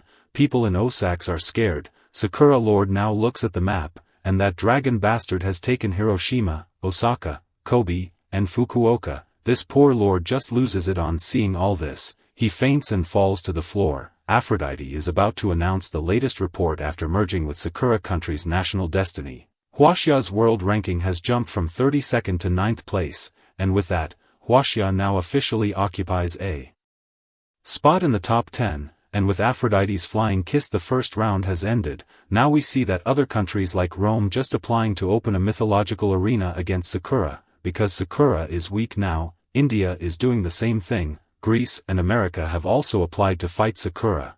Huaxia's city lord asks why are these four countries now attacking Sakura, weren't they allies with Sakura before? Lu now states that when the birds are gone, the bows are put away, when the rabbits are dead, the hounds are cooked. Explain in the comments, but I guess it means that Sakura is about to get fucked.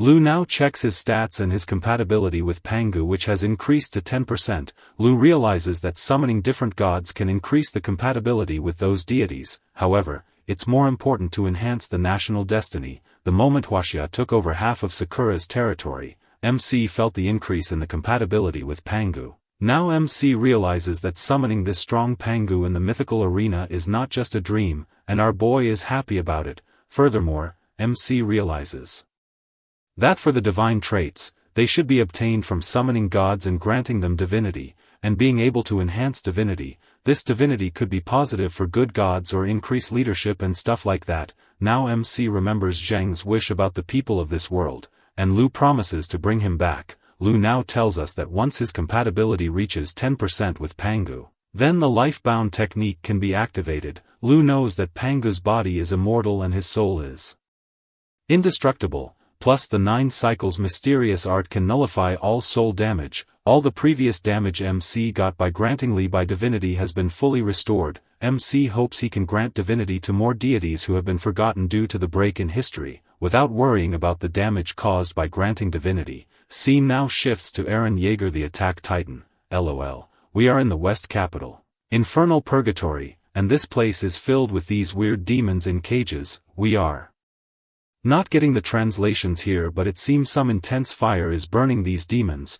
Now we see this naked Yen Mo, Lord of the Infernal Purgatory, and she is in chains, like captured, and we see some fully clothed woman approaching her. This beauty is Amaterasu. Now this queen asks if that Lu alone turned the tide of Huaxia's disadvantage in the mythological arena. And Lu also annihilated her worthless little brother's soul, which I assume was Susanoo, so the one in chains could be Tsukuyomi. Yes, the servant tells her. She finds it interesting. Now this servant tells her that all of Sakura's allies have turned against them. They are declaring war one after another. Furthermore, their emperor has fallen ill, so they wait the divine judgment of Amaterasu. Beauty calls all these allies a bunch of opportunistic scoundrels. However, she has more important matters to attend to, so she tells the servant to choose to give up in the next round, and wait for her. She'll clean up.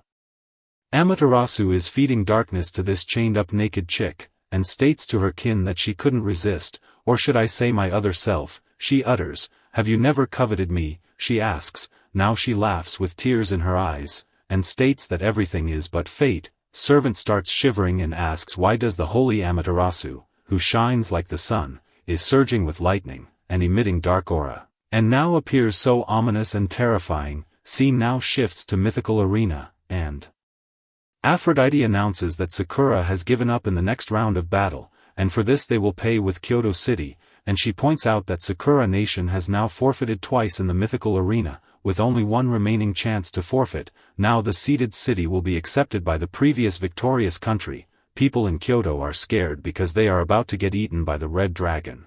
Huaxia audience thinks that this is an unexpected surprise. Seeing this, one guy wonders how are their compatriots who scattered in other countries are doing. Huaxia's elder now states that this is the price of defeat, and we are told that citizens marked with the slave mark will forever lose their divinity. Then they become expandable resources for foreign nations, ultimately dying in a foreign land. Lu now asks the elder if they have ever forfeited. Elder tells him that due to the lack in strength, they forfeited 3 times, losing 3 cities in the process. From then on, Huaxia had no more chances to forfeit. This time there was no way to avoid it. MC now wonders how are their compatriots who are stranded in foreign land doing now. Tianzhu nation are confused to see that Sakura would give their flesh to Huaxia than fight head-on, but some other monk states that Sakura has suffered greatly this time. They won't dare to fight again.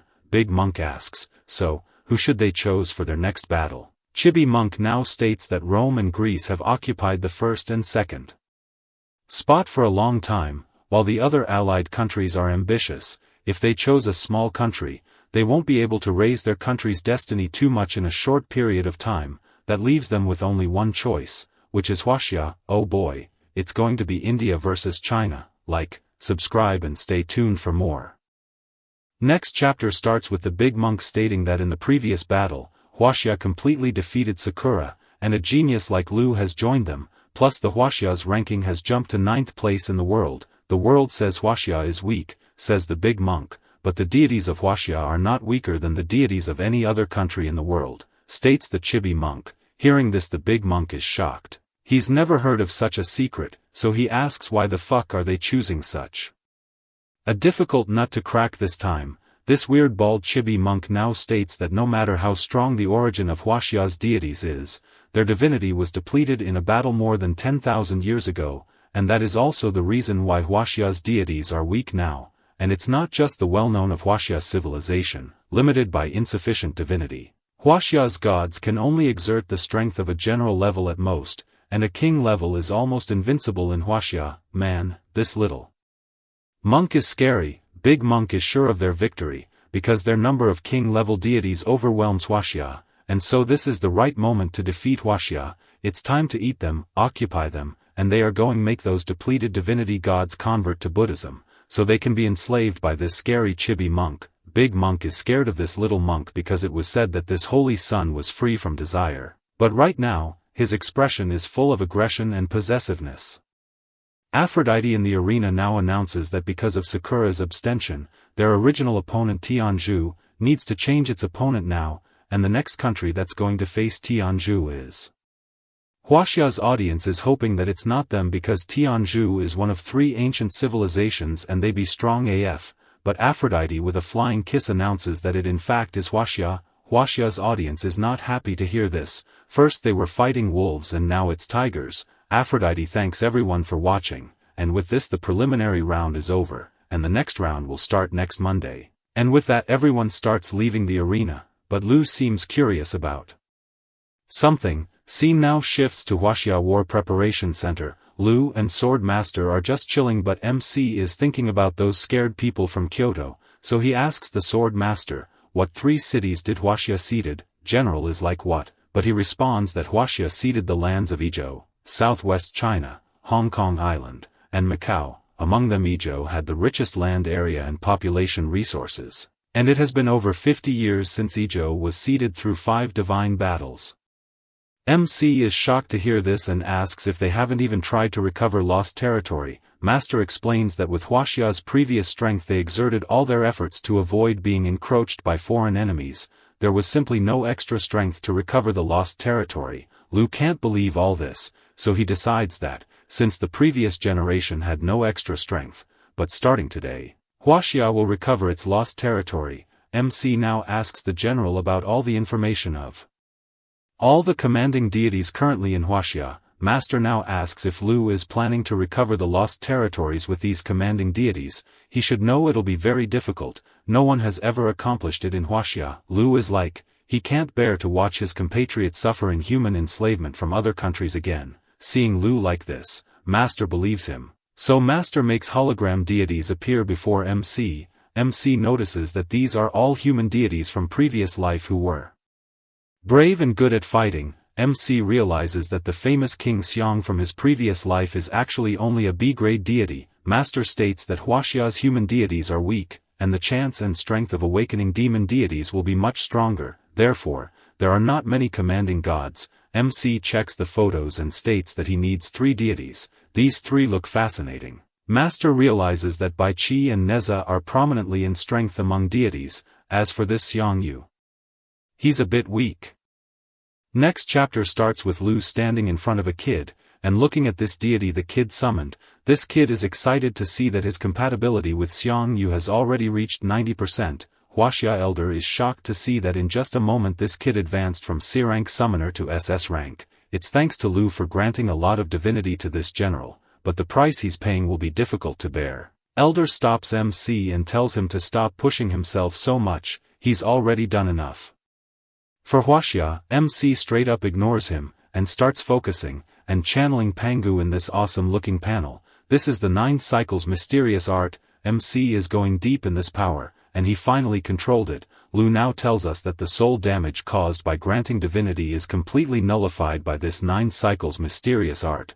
This means that Lu can fully restore the missing divinity of Huaxia's deities. Now MC tells the elder to stop worrying about him. His deity is Pangu, plus he is negating the damage. Elder can't believe what he's hearing. This kid named Yangwei is very happy with his compatibility with his deity, and this kid thanks Lu for granting Xiong Yu new divinity. MC is glad to help. MC now realizes that even now Xiong Yu refused to cross the Jiangdong River, and this Xiong Yu was also a towering hero in Huaxia's history and civilization. It's just that his glory has never been witnessed, experienced or felt.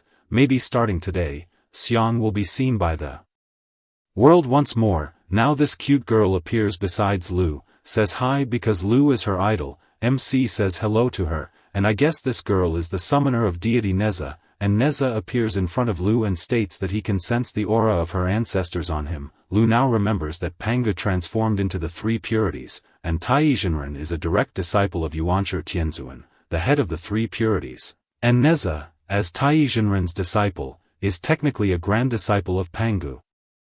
Neza sees Pangu behind MC, he calls out to her ancestor and starts crying, and he quickly bows before Pangu. MC remembers that Neza's heart is quite pure, essentially like a child who lacks father's love, and all the mischievous acts he committed were just to attract Li Zhang's attention. By the way, I am no expert in Chinese myths, but so far this manhwa is killing it with the facts. MC now starts giving Neza divinity, thinking that he was so moved by the ancestor who carefully looked after him.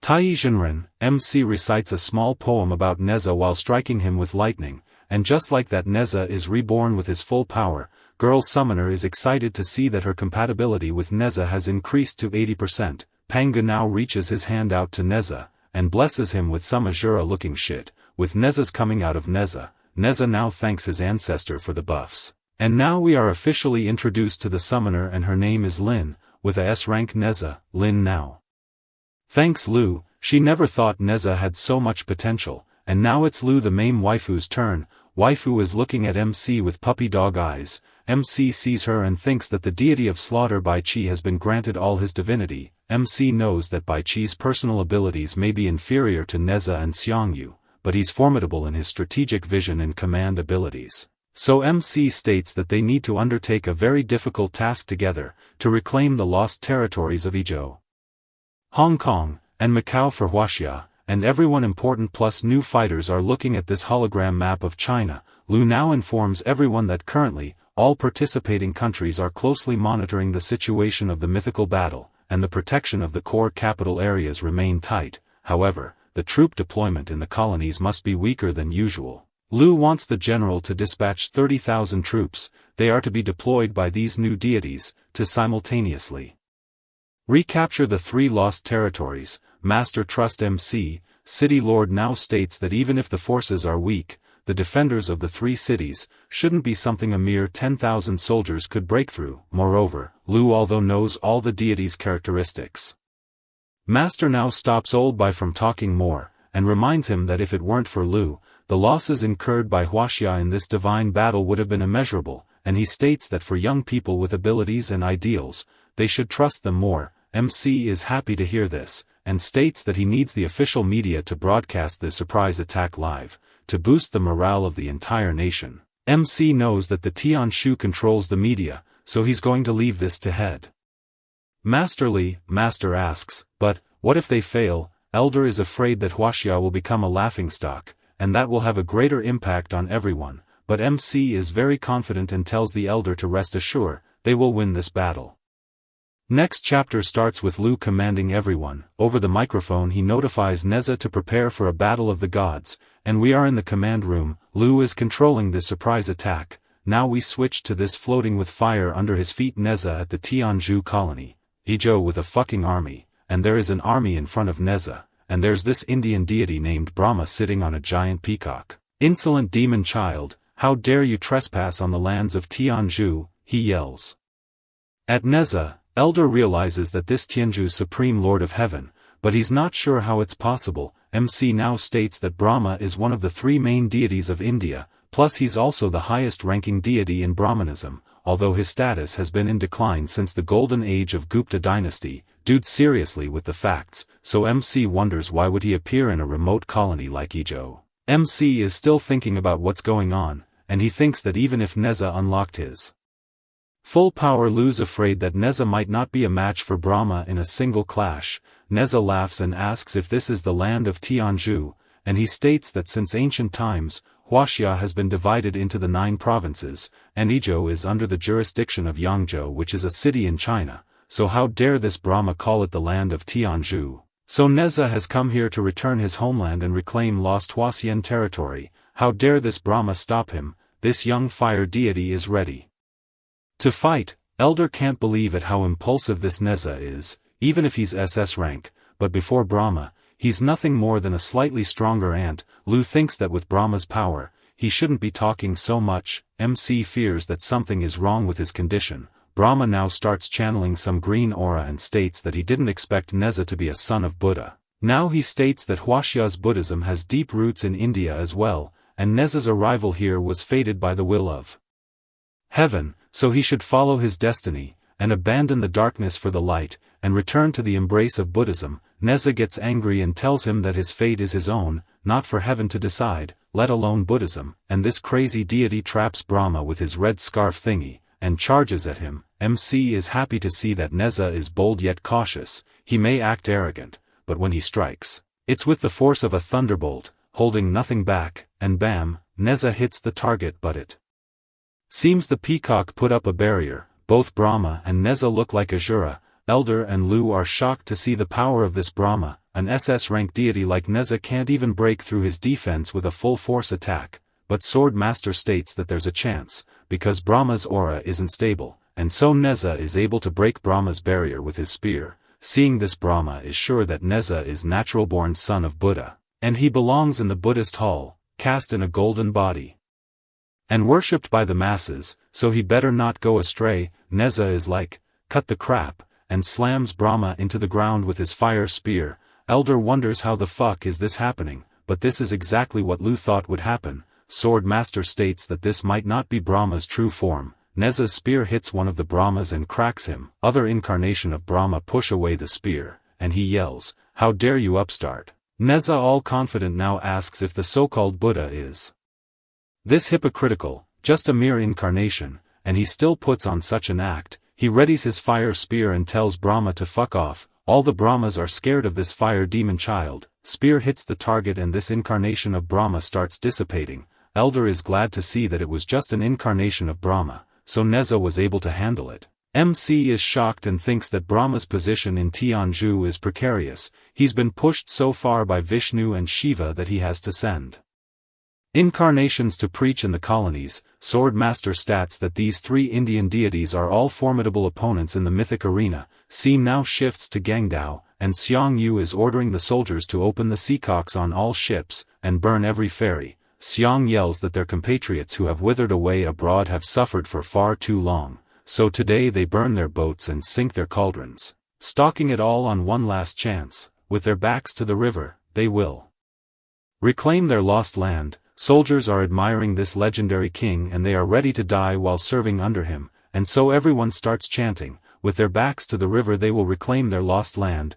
Elder now asks the IT guys if the live streaming systems isn't ready yet. IT department responds to the dean that there was no signal earlier, but it's all set up now. Elder tells them to quickly patch the live feed to Huaxia's largest streaming platform, I guess it's Twitch, lol. Scene now shifts to Gangdao Music and Culture Plaza, and this pianist is about to teach the most famous song of the Eagle Empire, a piece with a gorgeous melody, God Save the Queen. Pianist asks if anyone has learned this song before. One student now tells this pianist teacher that Huaxia Nation has its own songs, but this pianist bastard states that Huaxia doesn't know anything about music. How could they possibly have their own songs? This is ridiculous to even think about it. We switch back to Xiang and he tells the soldiers to not alarm the civilians. Their target is the Great Eagle Empire's army, so he asks if the live stream is on, and yes, it's on. Lu is ready to begin the show.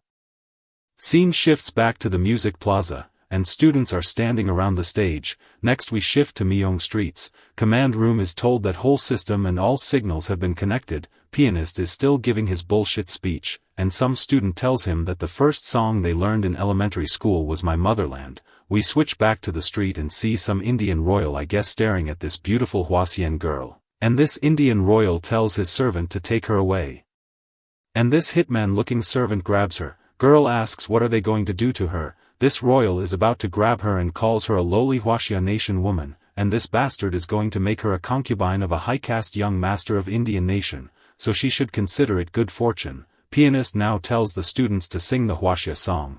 Pianist is waiting and students are getting ready to sing. Fat student now starts singing, A Great River with Wide Waves. Female student joins in with, The Wind Blows, and rice flowers scent both banks. Pianist is carefully listening to them. These two students start singing, My home is on the bank, used to the boatman's chants, used to the white sails on the boat, and these students are dancing and enjoying. Pianist bastard is pissed on seeing these students enjoying and dancing. In the street someone slaps away that royal Indian bastard's hand away from the cute girl. It's Xiang, and he tells this bastard to get your dirty hand off. Bastard sees this giant and yells, Do you know who I am? But Xiang is like fuck off, and stabs this bastard with his spear, and kills him on the spot. Seeing this all the guards rush in. This Agent 47 takes off his glasses. Agent now summons his own deity and asks Xiang if he wants to be enemies with Tianzhu.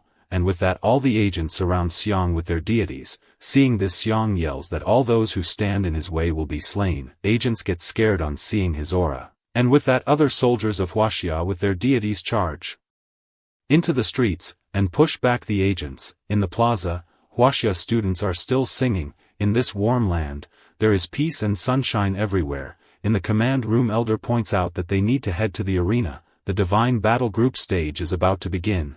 Hearing this Sword Master states that friends are welcomed with fine wine, but if jackals come, MC adds to it, they'll only be met with hunting rifles.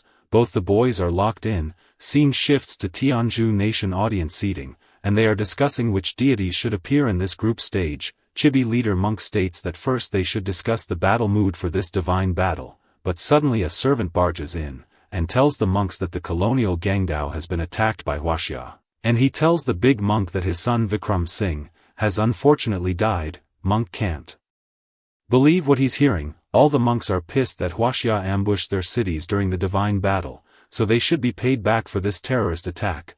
They even killed the leader's son. Servant now gives even more bad news that Varanasi has also been attacked. Big monk gets angry hearing this and states that Varanasi is a Buddhist holy site. Is Huaxia aiming for an all-out war? He asks. And this bitch is ready to make them suffer for this. Demon Monk now states that in this divine battle they have priority in choosing, and so for this battle they are going to choose God Demon Free for All. Other monk states that this Free for All hasn't appeared in the mythic arena for almost 2 seasons, and another guy states that this type of battle tests a nation's number of powerful gods and its underlying strength. Only by slaying the last deity standing can one win. The rules are bloody and cruel. And that's why this rarely appears in the group stage. Chibi Monk stands up, all demon-like, and states that Huaxia has a cultural gap.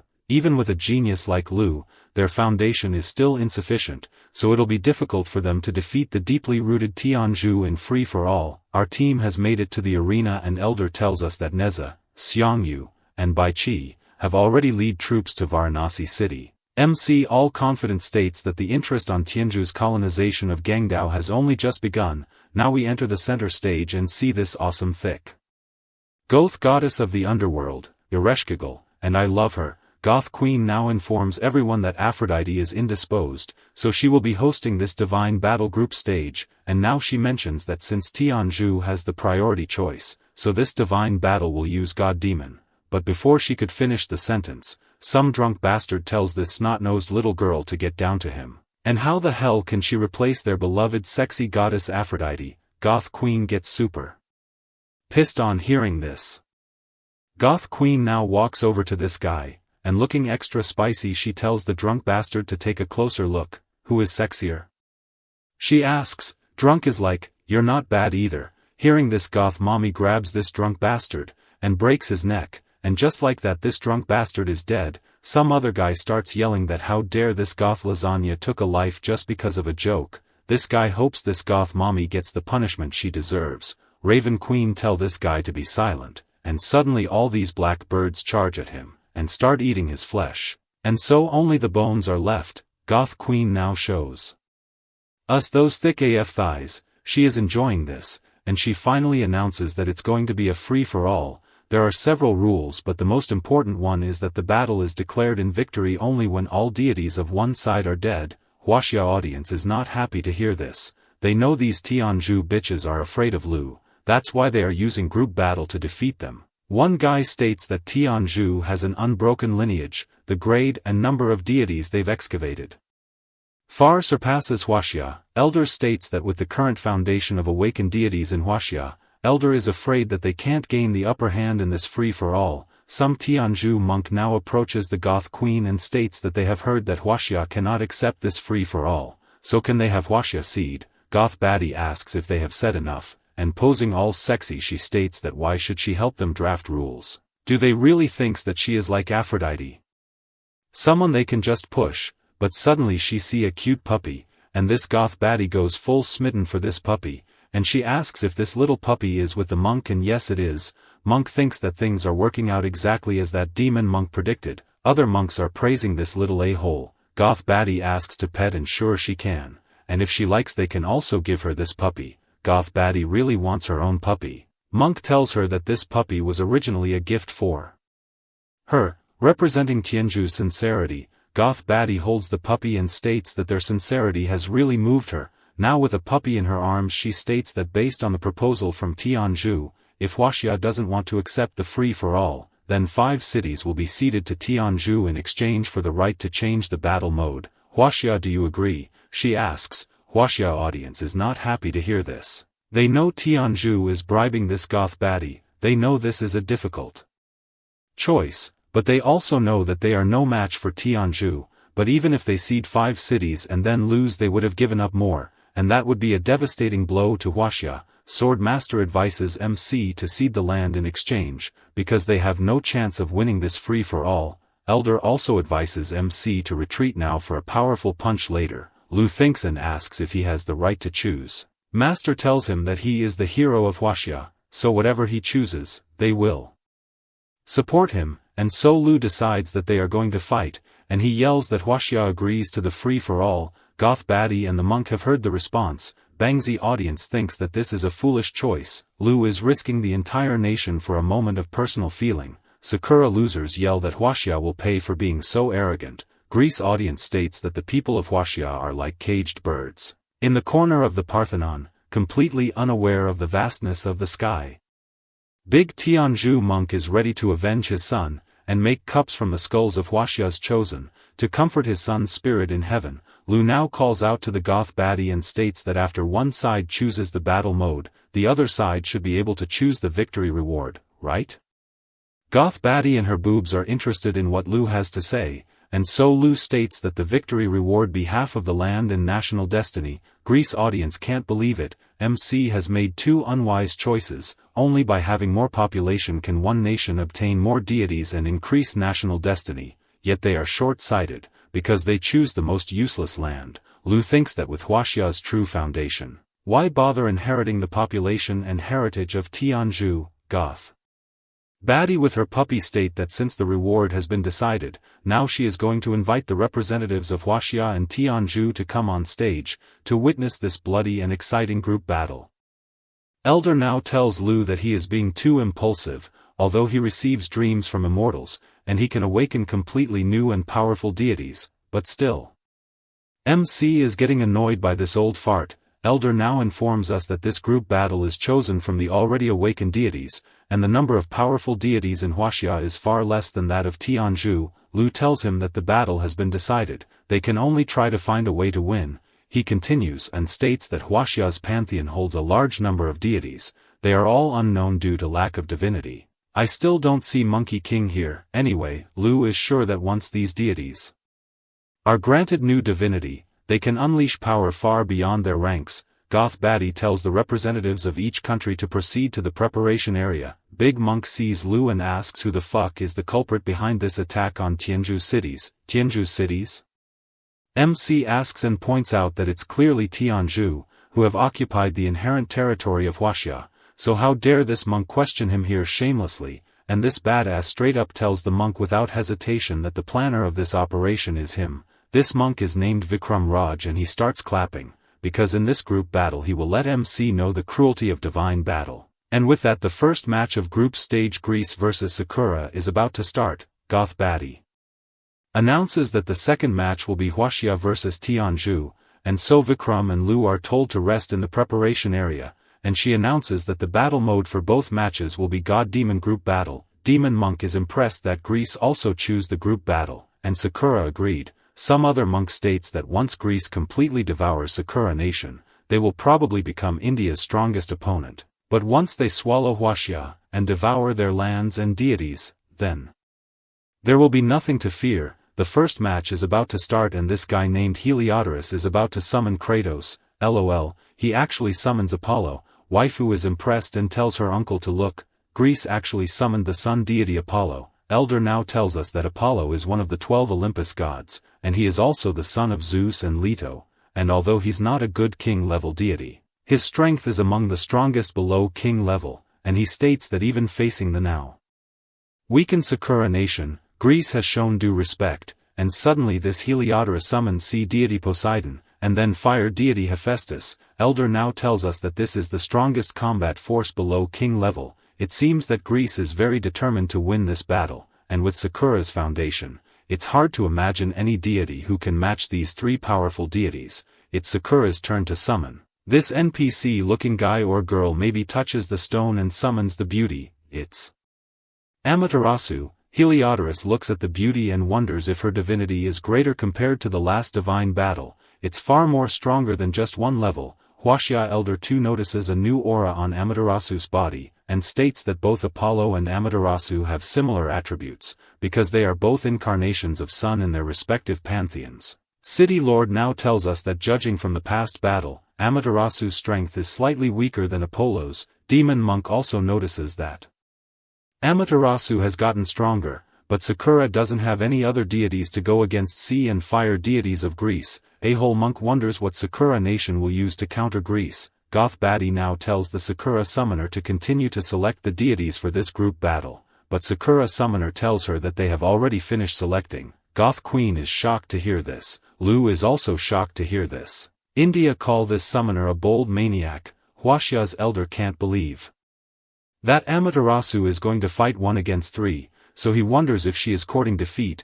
Great Eagle Elders asks if Sakura has completely given up and states if Sakura doesn't even have courage to try against these below king-level deities of Greece. Goth Baddie is speechless to hear this response from Sakura summoner, so she asks the summoner to confirm again if they are giving up on summoning more deities to fight. And the answer is yes, Sakura is only going to fight using Amaterasu. Scene now shifts to this handsome devil by Chi and he reports back that the last colony Macau has been recovered. Command room is very happy to get this news. Alright, I'll see you all in the next one.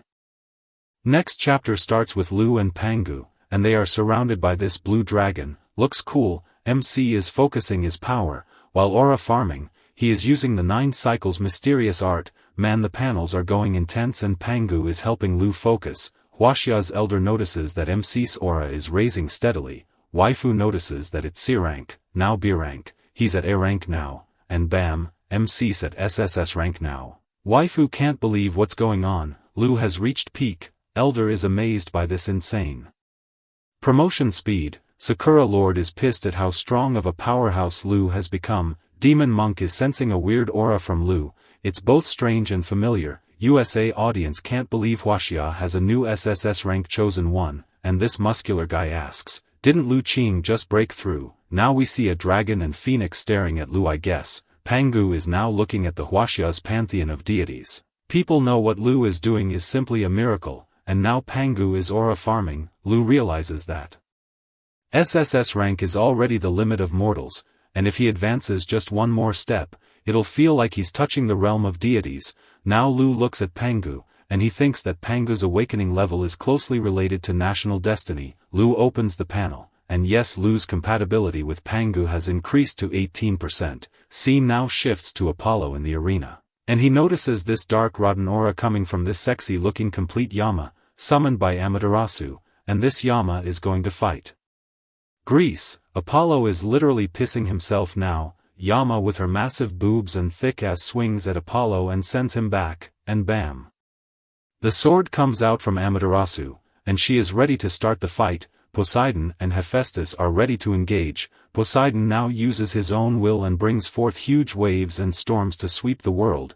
Huaxia's elder notices the strong divinity coming from the arena, and he states that the strength of Greece's strong deities is clearly a level higher than that of other countries' deities of the same level. Sakura Lord states that compared to Lord Yumibozu, whose divinity is stronger, some other Sakura guy states that both have their own merits, but Lord Yumibozu's divinity is slightly stronger. Yumibozu is, I guess, Yama, and they are talking about Yama and Amaterasu's divinity. Now we see this huge wave coming for Amaterasu, but she points her sword towards the wave, and she burns the water. I repeat, this bitch burns the water away from her. Poseidon can't believe this forgotten bitch burnt the water of the abyssal sea. Poseidon is ready to inflict endless pain. Amaterasu laughs at this abyssal sea, and asks how can this so-called abyssal sea stop a king-level deity. Now suddenly Poseidon remembers her. 100 years ago she was just a weak false deity, so he asks what happened to her, how did she become a king-level deity, and if she is willing to share the secret with him, Poseidon can join the new rank as well. Amaterasu now states that this decline is just an excuse for the weak, basically taunting Poseidon, and with that said she charges at Poseidon, but Hephaestus jumps in front of him to protect his fellow deity, but Amaterasu doesn't give a fuck and beheads Poseidon with a clean hit. On the other side, thick Yama is flying over Apollo, looking absolutely sexy. All scared Apollo asks what even is she. Yama now introduces herself as the most familiar with light, born from the darkness, and this dark beauty tells Apollo to remember her name as she charges at him. Apollo is hit with lightning and he coughs up blood, and Yama straight up impales him with her arm. On the other side Poseidon is dead and headless, and Hephaestus is down on his knee. Apollo is also dying. He could not compete with this sexy Yama. And Yama is just aura farming while holding Apollo's dying and disintegrating body. Sakura Lord is happy with this unexpected treat, that Amaterasu's incarnation tore Apollo apart easily. Huaxia's elder now tells us that Apollo's divine power is the strongest below the king level, so he wonders WTF happened to Amaterasu. Demon Monk now states that one's mind should arise without dwelling anywhere. Poseidon's body is disintegrating, so Amaterasu asks Hephaestus if he'll submit to her, but Hephaestus yells that he is not as spineless as Poseidon. Oh, and he is missing a hand as well, and so this blacksmith starts entering his baryon mode, and he starts chanting his power up. Molten lava tears the earth, blazing flames forge divine punishment. And so, the wrath of Hephaestus shall burn all blasphemy to ashes. Hephaestus turn into a flaming giant, like a skeiner from 7 deadly sins. USA audience seats are burning from this intense heat. Amaterasu is pissed because this fire a-hole won't accept the goodwill, so she starts vanishing. Hephaestus is confused as to where she went, but bam, Amaterasu suddenly appears behind this fire giant, and yells abyss descend, and summons a lot of black flames, and she shoots these black flames at the fire deity. Hephaestus is scared and asks how does this bitch possess the power of hell. Yama now appears behind Amaterasu and states that these two sisters have completely merged into one. Hephaestus, while getting hit with the black flames, can't believe that these two merged, so he asks how the fuck can deities of two different elements merge, but sisters are like shut up and blasts him with everything at their disposal. They basically fuck him up. Yama now calls this fire deity noisy. Greece audience can't believe that Sakura just fucked them up, and so Hephaestus is done, and so is Helio. Old man Zeus watches his son die, and runs for him. Huashia's elder now states that even a lion uses his full strength when hunting a rabbit. With Greece's foundation, they could have easily crushed Sakura, but they dispatched deities below the king level, to let the new summoner gain experience, all because they were arrogant. Goth Batty now announces and congratulates the Sakura nations. Amaterasu for defeating 1 against 3, completing a heaven-defying reversal. Now showing her cleavage, she announces that after a short break, they will start today's second battle, which will be between Huaxia and Tianzhu. Lu appears in the arena, and as he is passing by Amaterasu mommy, she calls him an interesting little fellow and tells him to wait for her alive.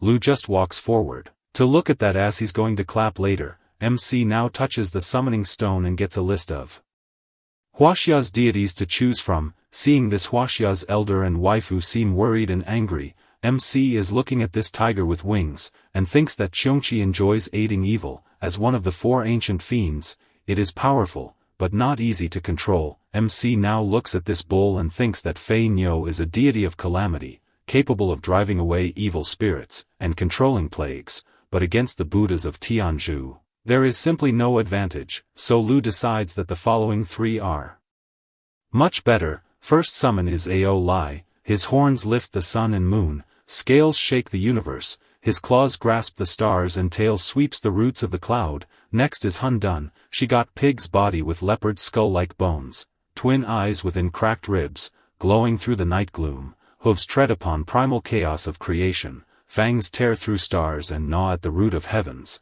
And finally we have true Lord Erlang Xiansheng, and his howling celestial dog. This Erlang has golden eyes that pierce the cloud and gaze upon the myriad realms. His weapon 3-pronged blade rises, gleaming with cold light like snow. His dog with howling celestial steps on the moon, chasing falling stars, binding fiends, capturing dragons, and suppressing the raging sea. Huaxia audience are shocked to see the dog deity that has slaughtered many new deities chosen before. They wonder why would Lu choose a seemingly low-ranking deity. They think that only that dragon deity might have some strength, but can a mere young dragon really contend against Tianzhu's powerful deities? Ao bows and greets true lord. Hun Dun is angry and Lu is standing in front of Erlang. Audience are worried to see a snot-nosed little girl in the arena.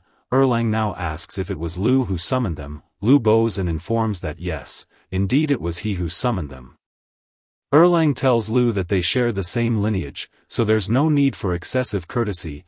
Erlang now looks at Pangu, who's behind MC, and realizes that his grandmaster never truly left. MC now wonders if Pangu is Erlang's grandmaster, but he remembers that Erlang's master is the true Lord Jade Emperor, and Jade Emperor's master is none other than Pangu. Erlang notices that Lu's current power is not enough to fully awaken Pangu. However, it's time he learned some secrets. Erlang opens his third red eye, and hits MC with this wisdom beam. Lu is hit hard, and he is shown a space battle with a lot of deities dying. Lu realizes that Erlang is projecting his memory into his mind. MC knows what this place is. It is the place where deities fall. Spirit MC now sees someone. Some deities are walking. Scene now shifts to Zeus and he states that gods of Huaxia still want to go. Odin now asks if they are stupid. They merely held them back, and their divinity is already depleted, and he states that they are like a spent arrow, but they are still thinking of pursuing.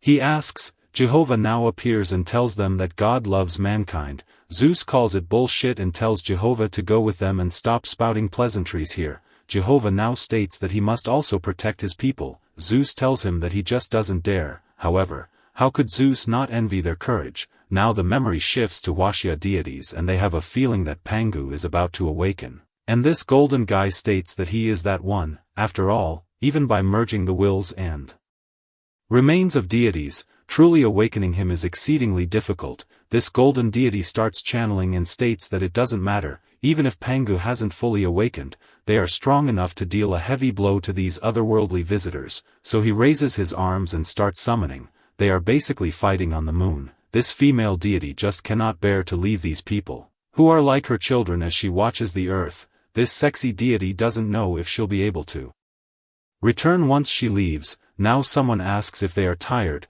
It was the old man who asked. Now this muscular deity on the panda tells them that he won't get tired until he kills them. These deities are talking about getting back very soon, and once they return they are going to eat meat and drink as much as they want. Old guy just wants to drink water from the Yellow River. MC realizes who these party members are. Manhwa, creator of humans, the war god, Chiyu, the Jade Emperor, the Human Emperor, Fushi, and the Heavenly Axe, and bam, we are back. All stunned, Lu is looking at Erlang, so he asks Erlang if this was the land where deities fall. Erlang confirms it and tells him that they are all dead. MC can't believe it that Manhwa and the others are dead. Erlang and AO tell him that's right, so MC asks if this means the blue star Earth lost. Erlang turns on his red eye again and all Gojo-like tells us, nah, they won. And the otherworldly civilization also signed a 10,000-year truce treaty. Lu is again hit with the beam, and he goes all white eye, and he is back in the mysterious memory.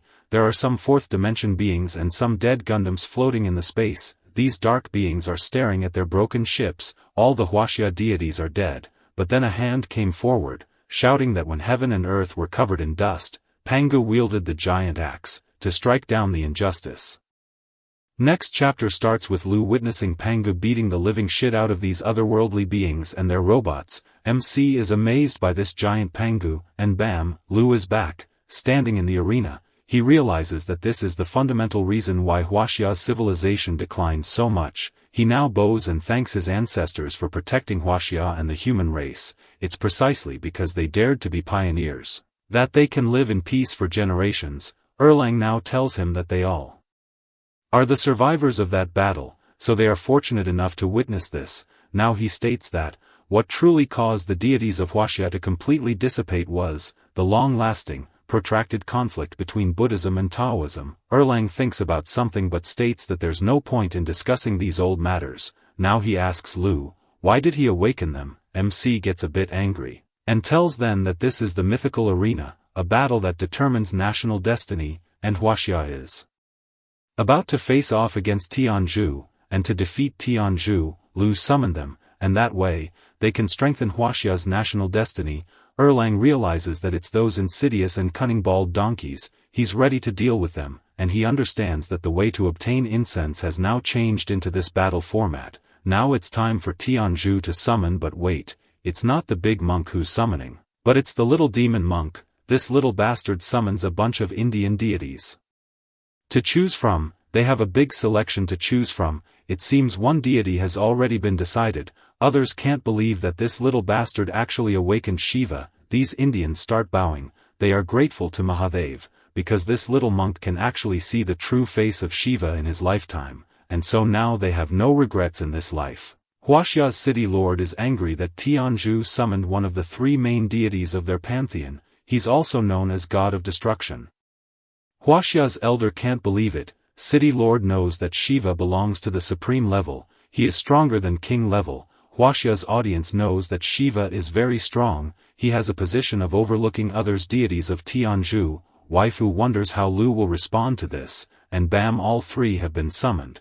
It's Shiva, Golden Winged Peng, and Hanuman. Oh man, I can't believe it, they give Monkey King to Tianzhu and not Huaxia. This sucks. Demon monk now bows and invites this destruction deity to the arena. Shiva tells the demon monk that there's no need for excessive courtesy, since this demon monk is the disciple of that person. Goth Baddie and her puppy now congratulates everyone for the first supreme king to appear in this mythical battle arena. Goth Baddie realized the giant deity of destruction and creation. She knows the three main deities of Tianzhu, the Trimurti. Baddie now announces that next the battle between Huaxia and Tianzhu is about to begin, and the battle mode for this match is a group battle. Shiva tells the other two to attack first. He'll finish them off. Peng is ready to obey the order. Indian Monkey King leaps into action. Erlang tells Ao and Hundun to deal with Hanuman and Peng. He'll handle Shiva. Hanuman is about to swing his staff on Ao, and Ao realizes that Hanuman's appearance is almost identical to his eldest senior brother.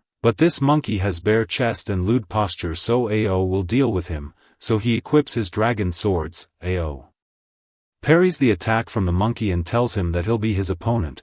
Monkey now enlarges his staff, and he is about to attack Ao with this massive stick, and with one massive swing this monkey breaks the ground, but monkey is shocked because he didn't hit Ao. Ao now uses Hanzo's ultimate from Overwatch and launches 2 dragons at Hanuman. Monkey quickly pulls back his staff to parry the attack, but he is hit, and sent sliding back. Monkey now asks how the fuck does this small dragon possess such immense power. Ao now states that on the journey to the west, the real Monkey King taught him all his techniques. Man, Ao came to fight after beating Black Myth Wukong, so he states that how can a false deity like this monkey, who only imitates Wukong, contend against him. Hanuman is pissed to hear that this Wukong looked like him. We now shift to Pangu about to attack Hundun and Hundun ready to eat that meat. Like and subscribe for more, and I'll see you all in the next one.